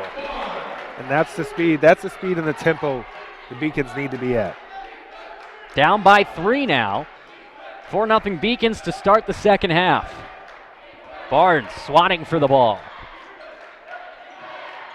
Osgood driving, then a pull-up from the elbow. That one's out of bounds off of Beck. Barnes wanted a loose ball foul, doesn't get it, but the Beacons 3 possessions for Plymouth, 0 points, 3 turnovers. Well, as you see, the Beacons are starting to see a couple shots go in now. The defense is starting to turn up a little bit. Now they're starting to get a little bit more aggressive, and that's kind of what they went away from in the first half. 2 minutes and 25 seconds into the second half. Beacons trailed by 7 at the break. They're down by 3. This game will be much lower scoring than last time, barring overtime. As missing off front rim is Freeman. Curtis Arsenault has the board, and he'll bring this one up, connecting with Leroy. Beck goes back to Clark, and they'll set things up with 19 to go on the shot clock. Osgood D'd up by Kirksey. Leroy, pump fake. Thought about going towards Arsenault. It was deflected off Powers. Arsenault, a great no-look feed to Beck, and he rims out. Wow. Great defensive recovery on that. Like you said, O'Dara, a great defensive play, and then a great one-touch feed to Freeman. He can't hit it. We'd like to see Sam take that basket to the rim on that one. You know, I think that was more of a settle jump shot. At the very least, maybe you get to the line. Yep. And now the Beacons down by 3, and bad news waiting, as it looks like Preston's going to be checking in shortly. Here's Arsenault. A lot of size advantage for him on Barnes. Instead, he defers to Leroy. Leroy takes his first 3 of the half way off, and there's a reason why he hasn't taken one Wow, yet. I think he got that one from the... As Clark hoists that one up from the parking lot. Wow, that was interesting strategy they employed there. I don't think that Leroy's hit the rim, but I thought the shot clock had reset. Nonetheless, there's a beautiful layup and in, and just like that, a 6-0 run for UMass Boston, and it's 32-31 with 16:09 to go. So the Beacons down by 7. They've come out 6-0 here in the second half. They haven't looked, particularly excellent offensively, but defensively, they look a lot better than they did in the first. Yeah, their defense is causing their offense. Once they've started to settle down a little bit more on defense, they're able to get good offensive possessions. But it's hard to play good offense when you're taking the ball out of the net every time. So we'll see what the strategy is for Preston when he comes back in, because that's going to tell us a lot. It will, and he's expected to come back in right now as the Beacons 6-0 with him on the bench. Plymouth was up by 7 at the half. They decided, much like they did with the first half, they'll sit their best player for the first 5 minutes or so, and doesn't look like they can wait that long. Not even 4 in. Things unraveling for them. The Beacons will make one change. Dason Sinelli in for UMass Boston as he'll replace Barnes. Well, and you started to see once the Beacons started changing that tempo, pushing it to their tempo, it was hard for Plymouth State to keep up. That's not their speed. That's not the kind of game that they want to play. So they're going to have to come back and be who they are and move the ball around, kick it in, get it out, make the defense move on the Beacons end. So Beacons down 1, 32-31. Preston is out there along with Osgood. So the size advantage doubles for these visiting Panthers. Osgood. Leroy thought about going to Preston. It's Arsenault. He'll take it. Pull-up jumper. Nice shot. Great move. Great move. There we go. You see what a difference having Preston in the game already causes. It caused 2 guys to double team him without him having the ball. Absolutely. It's not always what you do with the ball in your hand when you're one of the better players in the conference. Meanwhile, Beacons down 3 yet again. Here's Lee. Thought about looking at Powers. Instead he goes to Dason Sinelli. What a wraparound lay-in, and he looks good and is good. Nice play by Sinelli. Wow, as a freshman, he's grown up pretty fast, and he's done well with all the opportunities that he's been given. So it's good to see for the future of this program. He's got great hair as well, as there's Leroy denying the doubters and drilling a 3-pointer as he extends the lead back up to 4. It was a great shot. Now you're starting to see both teams kind of settle into who they are. It's going to be about execution and making the wide open shot. Oh, Sinelli should have gone to Powers. Instead, he gets it taken away by Leroy. Nice little sequence here for Leroy, who just hit a 3-pointer and gets the steal. Hands it off to Clark with 14:45 left. Hands it right back to Leroy with Powers pursuing nearby. And now Clark by way of Arsenault. Driving with the left hand, looking for Curtis Arsenault for 3. Not a good shot. Not a good shot. As he hits the side of the backboard. Lee for Powers. Back to Lee. The Beacons will reset offensively. Screen there from Powers. Lee down low. Sinelli almost stepped on the baseline. Instead, with just 10 seconds on the shot clock, it looks like Lee wants this one himself. One-on-one with Osgood. He's got the speed, but can he overcome the size? No, he cannot as it rims out. And the rebound to Arsenal. Do you like that play when he's so outsized? Not really, because it forces the point guard into a tough shot, especially if the guy doesn't take a step back and just crowds him. If he crowds him, you know it's hard for a smaller guard to get it over the top. Not sure how that's not traveling on Jack Preston. Nonetheless, the Beacons get the turnover. And Jason Harris agreed with me. Here's Lee looking for Freeman, but with Preston on him, there's really no lane to get it to him. The zone defense continues. Kirksey for Powers, trying to go down low. Freeman couldn't handle it, and he gets it right back, and then it gets it ripped away. It's a great defensive play by Plymouth State. And then a great no-look feed, and just one too many passes. A little bit too much. Now here's Kirksey trying to do it himself, rises up and gets it, and then going over. One of the signs behind the net was Arsenault. He's okay. Dangerous play. Has one of our advertisements behind the netting took the brunt of that punishment. It's a 2-point game now, 37-35 after Kirksey's great rush. Leroy hands it off to Preston. He's going to get involved. That's an offensive foul, and they're going to call a block on Freeman. Wow. As Preston gets the call. Wow, that one is tough. That one's tough. It looked like Sam was there. Definitely Preston going out of control to the rim. I mean, it's hard to understand that call. Hard to understand that one. And so we'll get a media timeout here on the court. 12:43 to go. Second half of play. It's 39-35 Panthers on the Beacons Broadcasting Network. Division III allows you to give yourself to other things. Having that free time allows me to pursue the things that I want to pursue. Division III athletics affords students the opportunity to, engage in the other interests in their campus and in their lives outside of that sport. It allows you to just be able to do everything you want to do. I wouldn't change it for the world.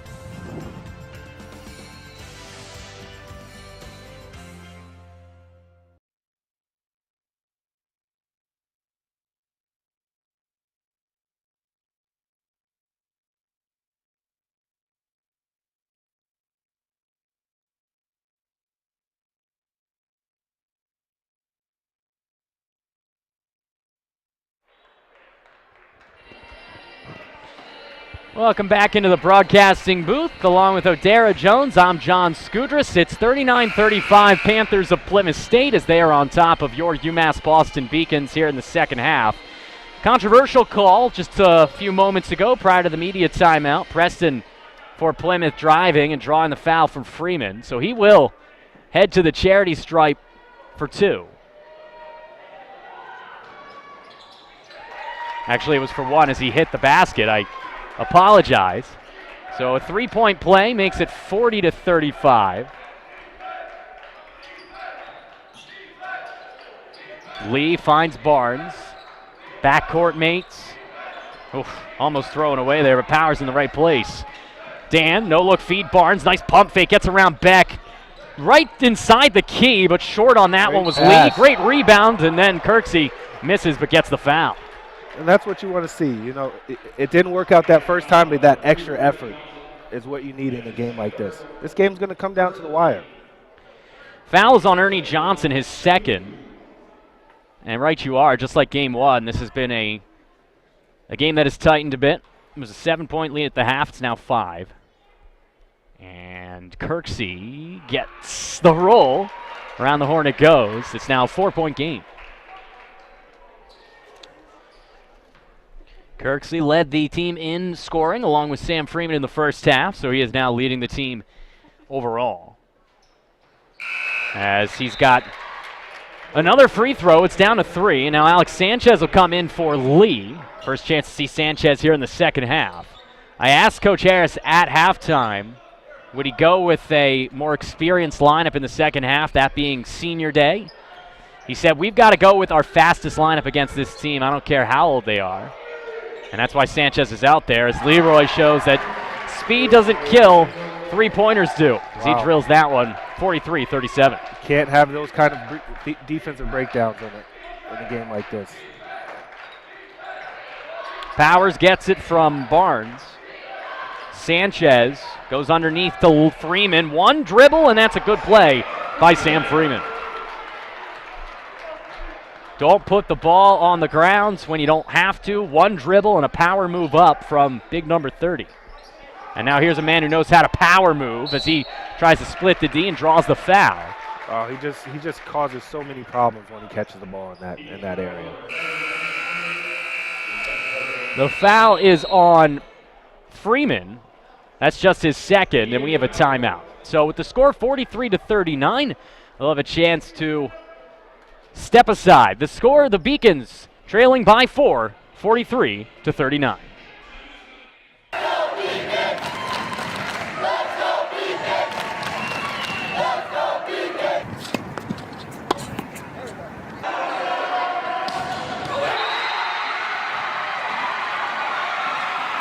Come on, Jake. As usual, she wins it. A chance in front. Her shot is in the net. Crystal Layden, yet another goal. Please make a gift to the Beacon Athletic Fund today. We want you on our team.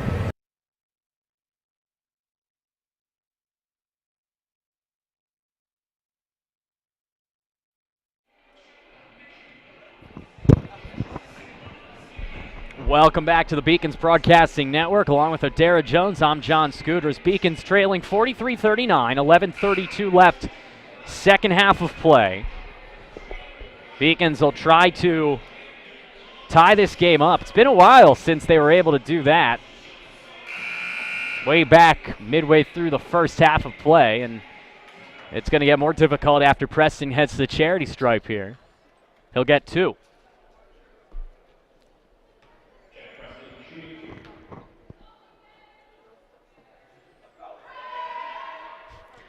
Fans screaming brick, does not succeed as he drills that one.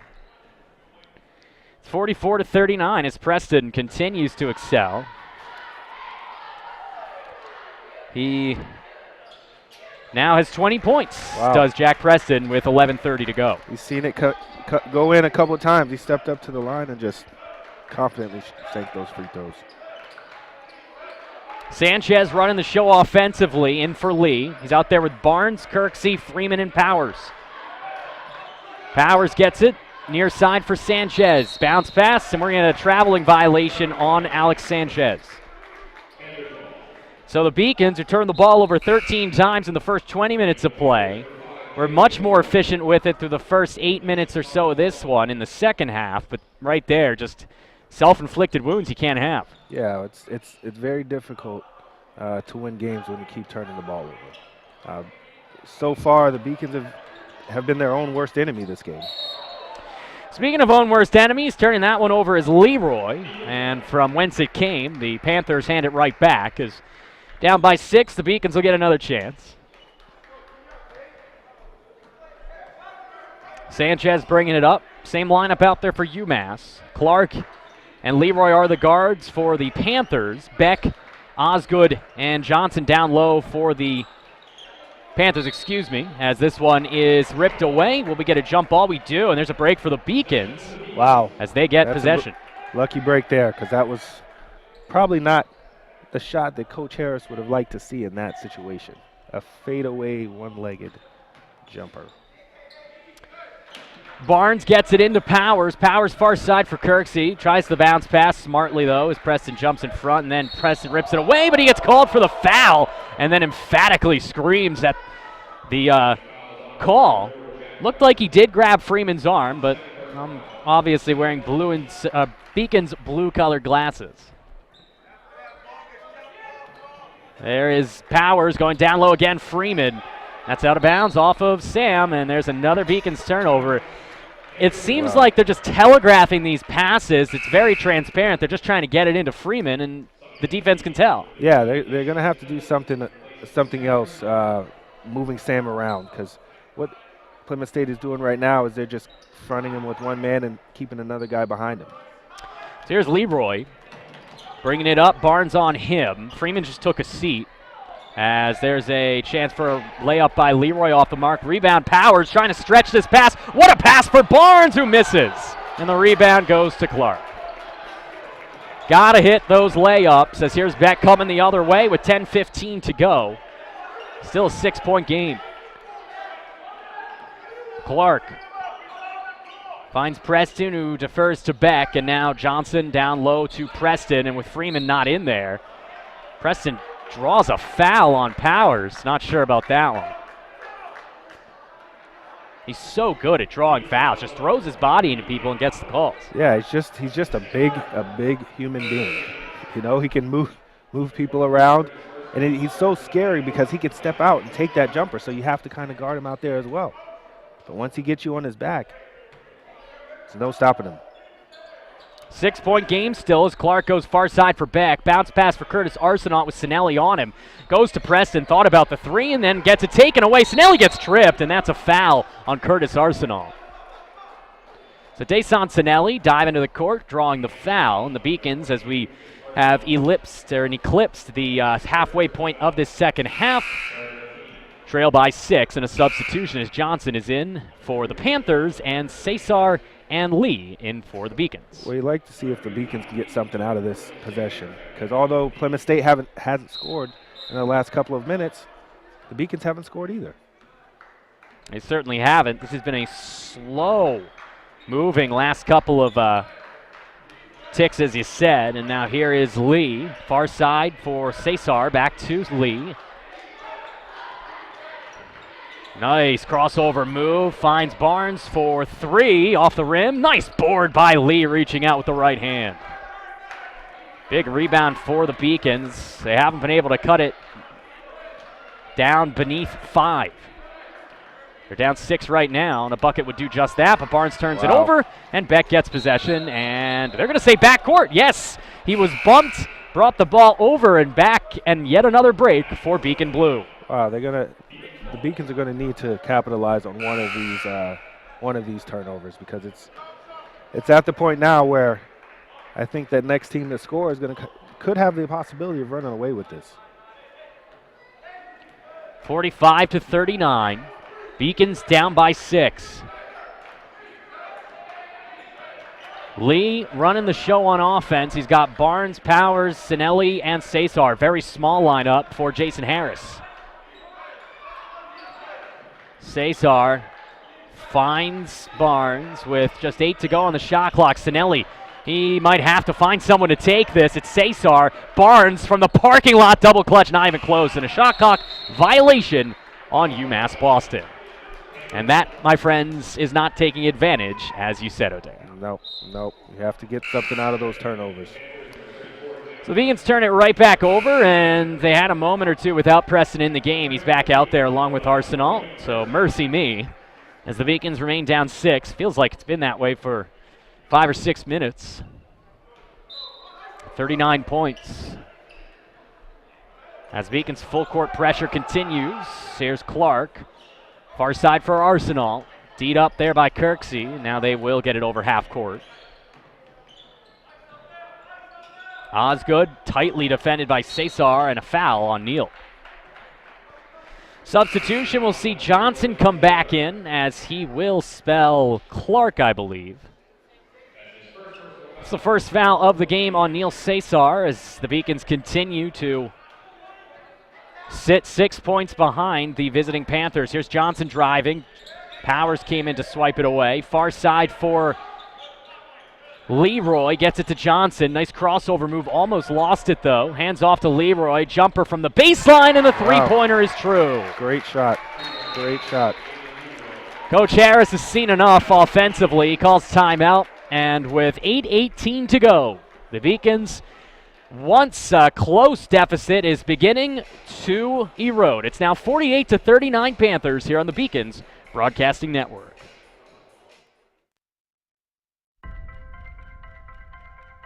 I'm a Division III student athlete, and I know how powerful words can be. The term gay doesn't mean stupid, lame, or less than. So I pledge to speak up if I hear the term gay used in a derogatory way or any other homophobic terms. If you can play in Division III. I'm a Division III student athlete, and my teammates unconditionally accepted me as part of their family. So now I pledge to do the same for others. If you can play in Division III.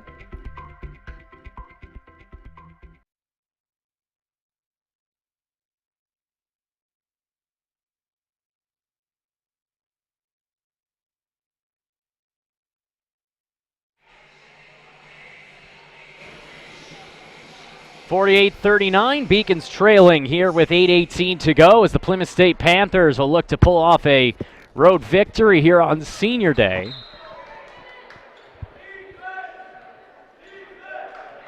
(48-39).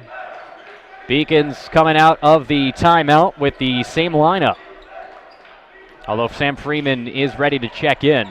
Kirksey, what a pump fake, got Preston to fly through the air and then didn't take the shot. Now the Beacons can't take advantage. Cesar, pull-up jumper, nice shot from Neal as he connects from 22 feet. Well, if Neal can get that shot going, it could be all the help that they need right now because they're looking for someone to score. But when that guy down there gets the ball, that's usually what happens. Preston draws the foul as he awkwardly spun around, and another foul called on UMass Boston. That's going to be on Barnes. He just attracts so much attention once he catches the ball that deep in the paint. Obviously not comparing his talent to him, but it's similar to LeBron James, not only with the size compared to your peers, but also his ability to draw the attraction of not only the defense, but also the referees. Oh, yeah. You know, a big guy like that, you see when he gets hit, you see when he gets pushed, you can see everything. So Freeman is back in. He will spell Dan Powers. Meanwhile, Clark will come on in for Johnson for the Panthers. This lead is up to 7, and Preston will try to get it to 8. And he cannot as it rims out. Rising up is Cesar to make the rebound as the Beacons see this clock tick down to 7.5 minutes. Lee would have had Freeman if he saw him. Here's Cesar for 3 off the rim and out. And the rebound by Preston as the Beacons unable to hit another baseline jumper there. A three-pointer right there is really, you don't really need it. I'd like to see something going to the rim. As you can see, Plymouth State's going to the rim. There has to be a charge. And it is, as the Beacons see Sam Freeman this time get the offensive foul call as that was Arsenal driving in. Well, think about this. The last time that happened kind of changed the momentum of this game. The Beacons were down by 3 at that point. There's a questionable block foul. Next thing you know, you look up, Beacons are down by, what is it, 7? 48-41, 7 and change to go. That was the 4th foul on Arsenal, so he's hit the bench. Johnson back in for him. His team has like a 6 or 7 man rotation. That's about it. As driving in is Kirksey to draw the foul. He will head to the charity stripe for 2. Well, let's see what Plymouth State can do without Arsenal on the floor. He's a huge player for this team. They're going to have to hold on as long as they can before they're able to get him back in the game. So here is Kirksey trying to trim this deficit down to a 2-possession game. Connects on the first. It's 48-42. Couple of substitutions. Sanchez for Lee, as well as Sinelli for Cesar. Still a small lineup, though, with Freeman out there. It's about, other than Powers, that's about all the size you're going to get out of this team, as that one is up and in for Kirksey, cutting this one down to 5. Now you see the Beacons jump into full court pressure. Let's see what it does. We saw the women's team utilize that to a lot of success, and the men do as well, as drawing a traveling violation is Iser Barnes and UMass Boston. So just like that, the Beacons, with a made basket here, can cut this down to a 1-possession game. Say what you will about the Beacons' self-inflicted wounds, but the Panthers have had chance after chance to pull away, and they have not. See, you want to get something better on that possession. You just got them to turn the ball over. You want to make sure you get a good shot and a good score. Here's Clark. Almost traveled with that one. Instead, he gets it over to Johnson. 48-43, 6.5 to go. Preston to Beck. Far side for Johnson. Johnson goes to the point guard, Clark. Around the horn they come to Leroy for three. Rims out. Rebound is taken by Kirksey, who's had a heck of a game. Here's Barnes. Beacons trying to cut it to one possession with a basket. Still plenty of time to go in regulation. 6:10 left. Beacons down 5. Sinelli back towards Lee, and a great play by Clark, as what a play to toe the line and get the turnover. As that would have been a much more advised bounce pass from Lee, intended for Barnes. Instead, here's Clark. There's another bad pass as this one comes by the Panthers. Barnes trying to take advantage, and a foul called on Clark on the floor. Wow. And so the Beacons will have a inbounds, although we are inching closer to the penalty here. One more, and the Beacons should be in it. When you see both teams are really struggling to execute right now, you have a turnover by Plymouth State, and then you get a turnover by the Beacons. It's going to be about execution, especially in the last 5 minutes of this game. The better executing team is going to win this game. Barnes gets it handed off by Freeman and gets tripped. No call. The ref's staring right at it. Instead, here's Sanchez. 5.5 to go, 20 seconds on the shot clock. Barnes bounce past Sinelli, almost lost it.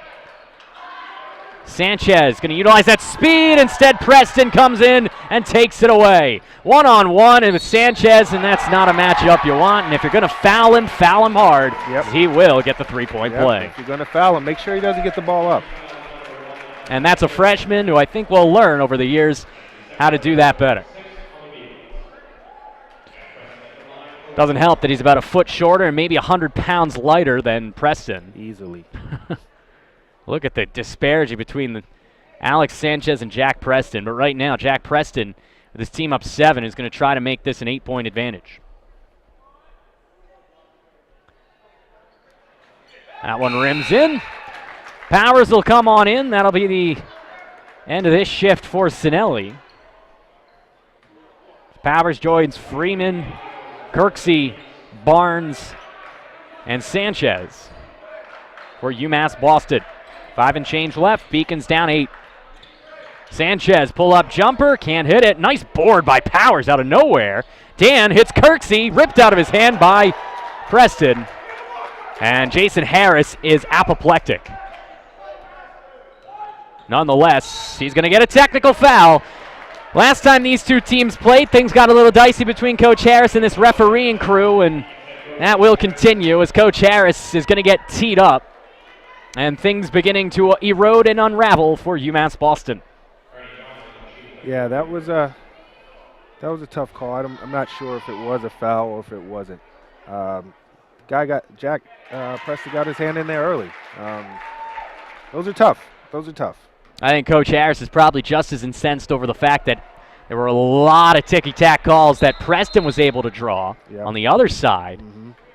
And if you're going to give a guy with his talent all those calls and not reciprocate for the Beacons, doesn't matter how well the Beacons play, they're going to have their hands full. Well, yeah, and as a coach, all you're looking for from the referee crew is consistency more than anything. Just be consistent on both ends. Yep, I don't care if you call every ticky-tack call, but call for both sides. Yep. Meanwhile, here's Preston with his team up by 9. Says, why not? Give it to me at the top of the three-point line. Instead, he defers to Clark, and Johnson gets it back. 10 seconds on the shot clock as the Panthers will be content to eat some clock.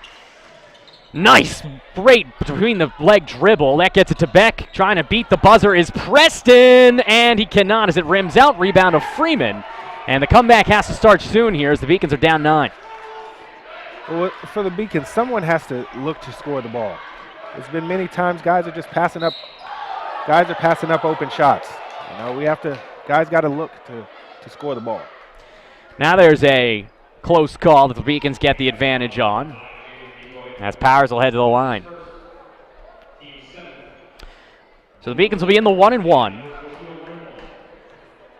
And you have to hit the front end here to try to start regaining points out of this deficit, as it's not going to get any easier because Osgood will come on in here for Beck. Sinelli will come in for Freeman, actually, as Barnes will get kicked out of the lane. Well, 4 minutes left. There's still a lot of game left, but you're right. You need to start getting some of these free throws, especially with the clock stopped. Makes life a whole lot easier, and then you come back down and get defensive stops. That's what you're hoping for. Powers did make the first, cutting this deficit to 8. And Dance 2 for 2 here on this trip. So UMass Boston cuts the deficit to 7, and the full court will be employed. But a little hesitation by Johnson, and that's going to allow the Panthers to beat it. Nice bounce pass for Leroy, and Clark will get it right back.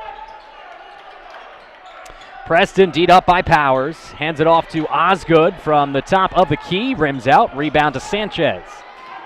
4 minutes remaining here in regulation as Sanchez is fouled, and they're going to say it is on Leroy. His second, and Sanchez goes to the line for a 1-and-1. So now here with 3 minutes 49 seconds, they're in the penalty. The Beacons have a real chance to get back in this game because of fouls like that. Yeah, I mean, again, you have to be aggressive taking it to the basket. If nothing else, you'll at least probably draw a foul. Jumpers do you no good. You want to stop that clock, get a chance to get free throws. 3:49 left. Beacons down 52-45. They trailed 32-25 at the half. 20-20 the score in the second half through 16 minutes and 11 seconds. Beacons will try to start really just building on what they've been doing. Unfortunately, they take 2 steps back, they take another, or 2 steps forward, they take another step back, and that's been the case throughout the majority of this game. I think the Beacons has been hamstrung this game just by the simple fact that they haven't been able to convert off of their turnover opportunities. Plymouth State will come down, they turned it over 2 or 3 times, and the Beacons weren't able to do anything with that. Beacons see what lineup they send out. They took Sam Freeman out about a minute ago. He's not in foul trouble, but should probably giving him a rest. See if they decide to bring their big man back, because Osgood and Preston are out there. At least they were, and they will remain out there for the Panthers. And they will not bring Freeman out. They'll keep the same lineup. Powers, Barnes, Sinelli, as well as the shooter Sanchez and Kirksey. Same lineup for the visiting Panthers: Clark, Johnson, Leroy, Osgood, and Preston. First from the line for Sanchez, and he can't hit it. It's a big miss on the front end of a 1-and-1. Yeah, I mean, you get one of those, you get 2 of those, you're talking about a different game. That's almost a foul. Instead, Preston's going to slam this one right in the face of the UMass Boston faithful, and that was easier than it comes, really, for Jack Preston. Oh, yeah. Here's Powers now for 3. Has not hit one yet, and he won't hit it there as it rims out. The Beacons do get the offensive board. Largest deficit since the first half. It's 9. That one's not going to hit as it rims out. And a great offensive put back there by Powers to cut it back to 7. Again, there's still 3:15. There's still a lot of game left to be played. There absolutely is. Beacons just have to start getting smart shots, and if they do get to the line, hit them. And play smart D and don't commit any fouls, because they're also in the penalty. Yep. Preston, far side, in fact on the top of the three-point line, back near side for Johnson. Johnson thought about it. Said he'll go underneath. What a cut from Osgood. No one was home and no one saw him. The freshman got caught sleeping that time, ball watching, and missed the guy cutting right in front of him. Powers, pump fake with Leroy on him, drives, tries to go down low. Sinelli, nice pass, and a nice catch by Sinelli as he puts it in. So it's 7 points with Freeman waiting to check in. Beacons applying the full court pressure. Clark is just suffocated there by Sanchez, but he does a good job of getting through it. Now Leroy's wide open, but he'll slow things down smartly. Smart play, smart play. He had the temptation to try and go get an easy basket, but you know what? You're in the lead. Time and possession. Clark has it, got by Sanchez, nowhere to go with it. Johnson with 5 seconds on the shot clock. He might have to take it. He does, and he rims out, and then Osgood's got so much size, he gets it, and they're going to say he stepped on the line before he could call that timeout.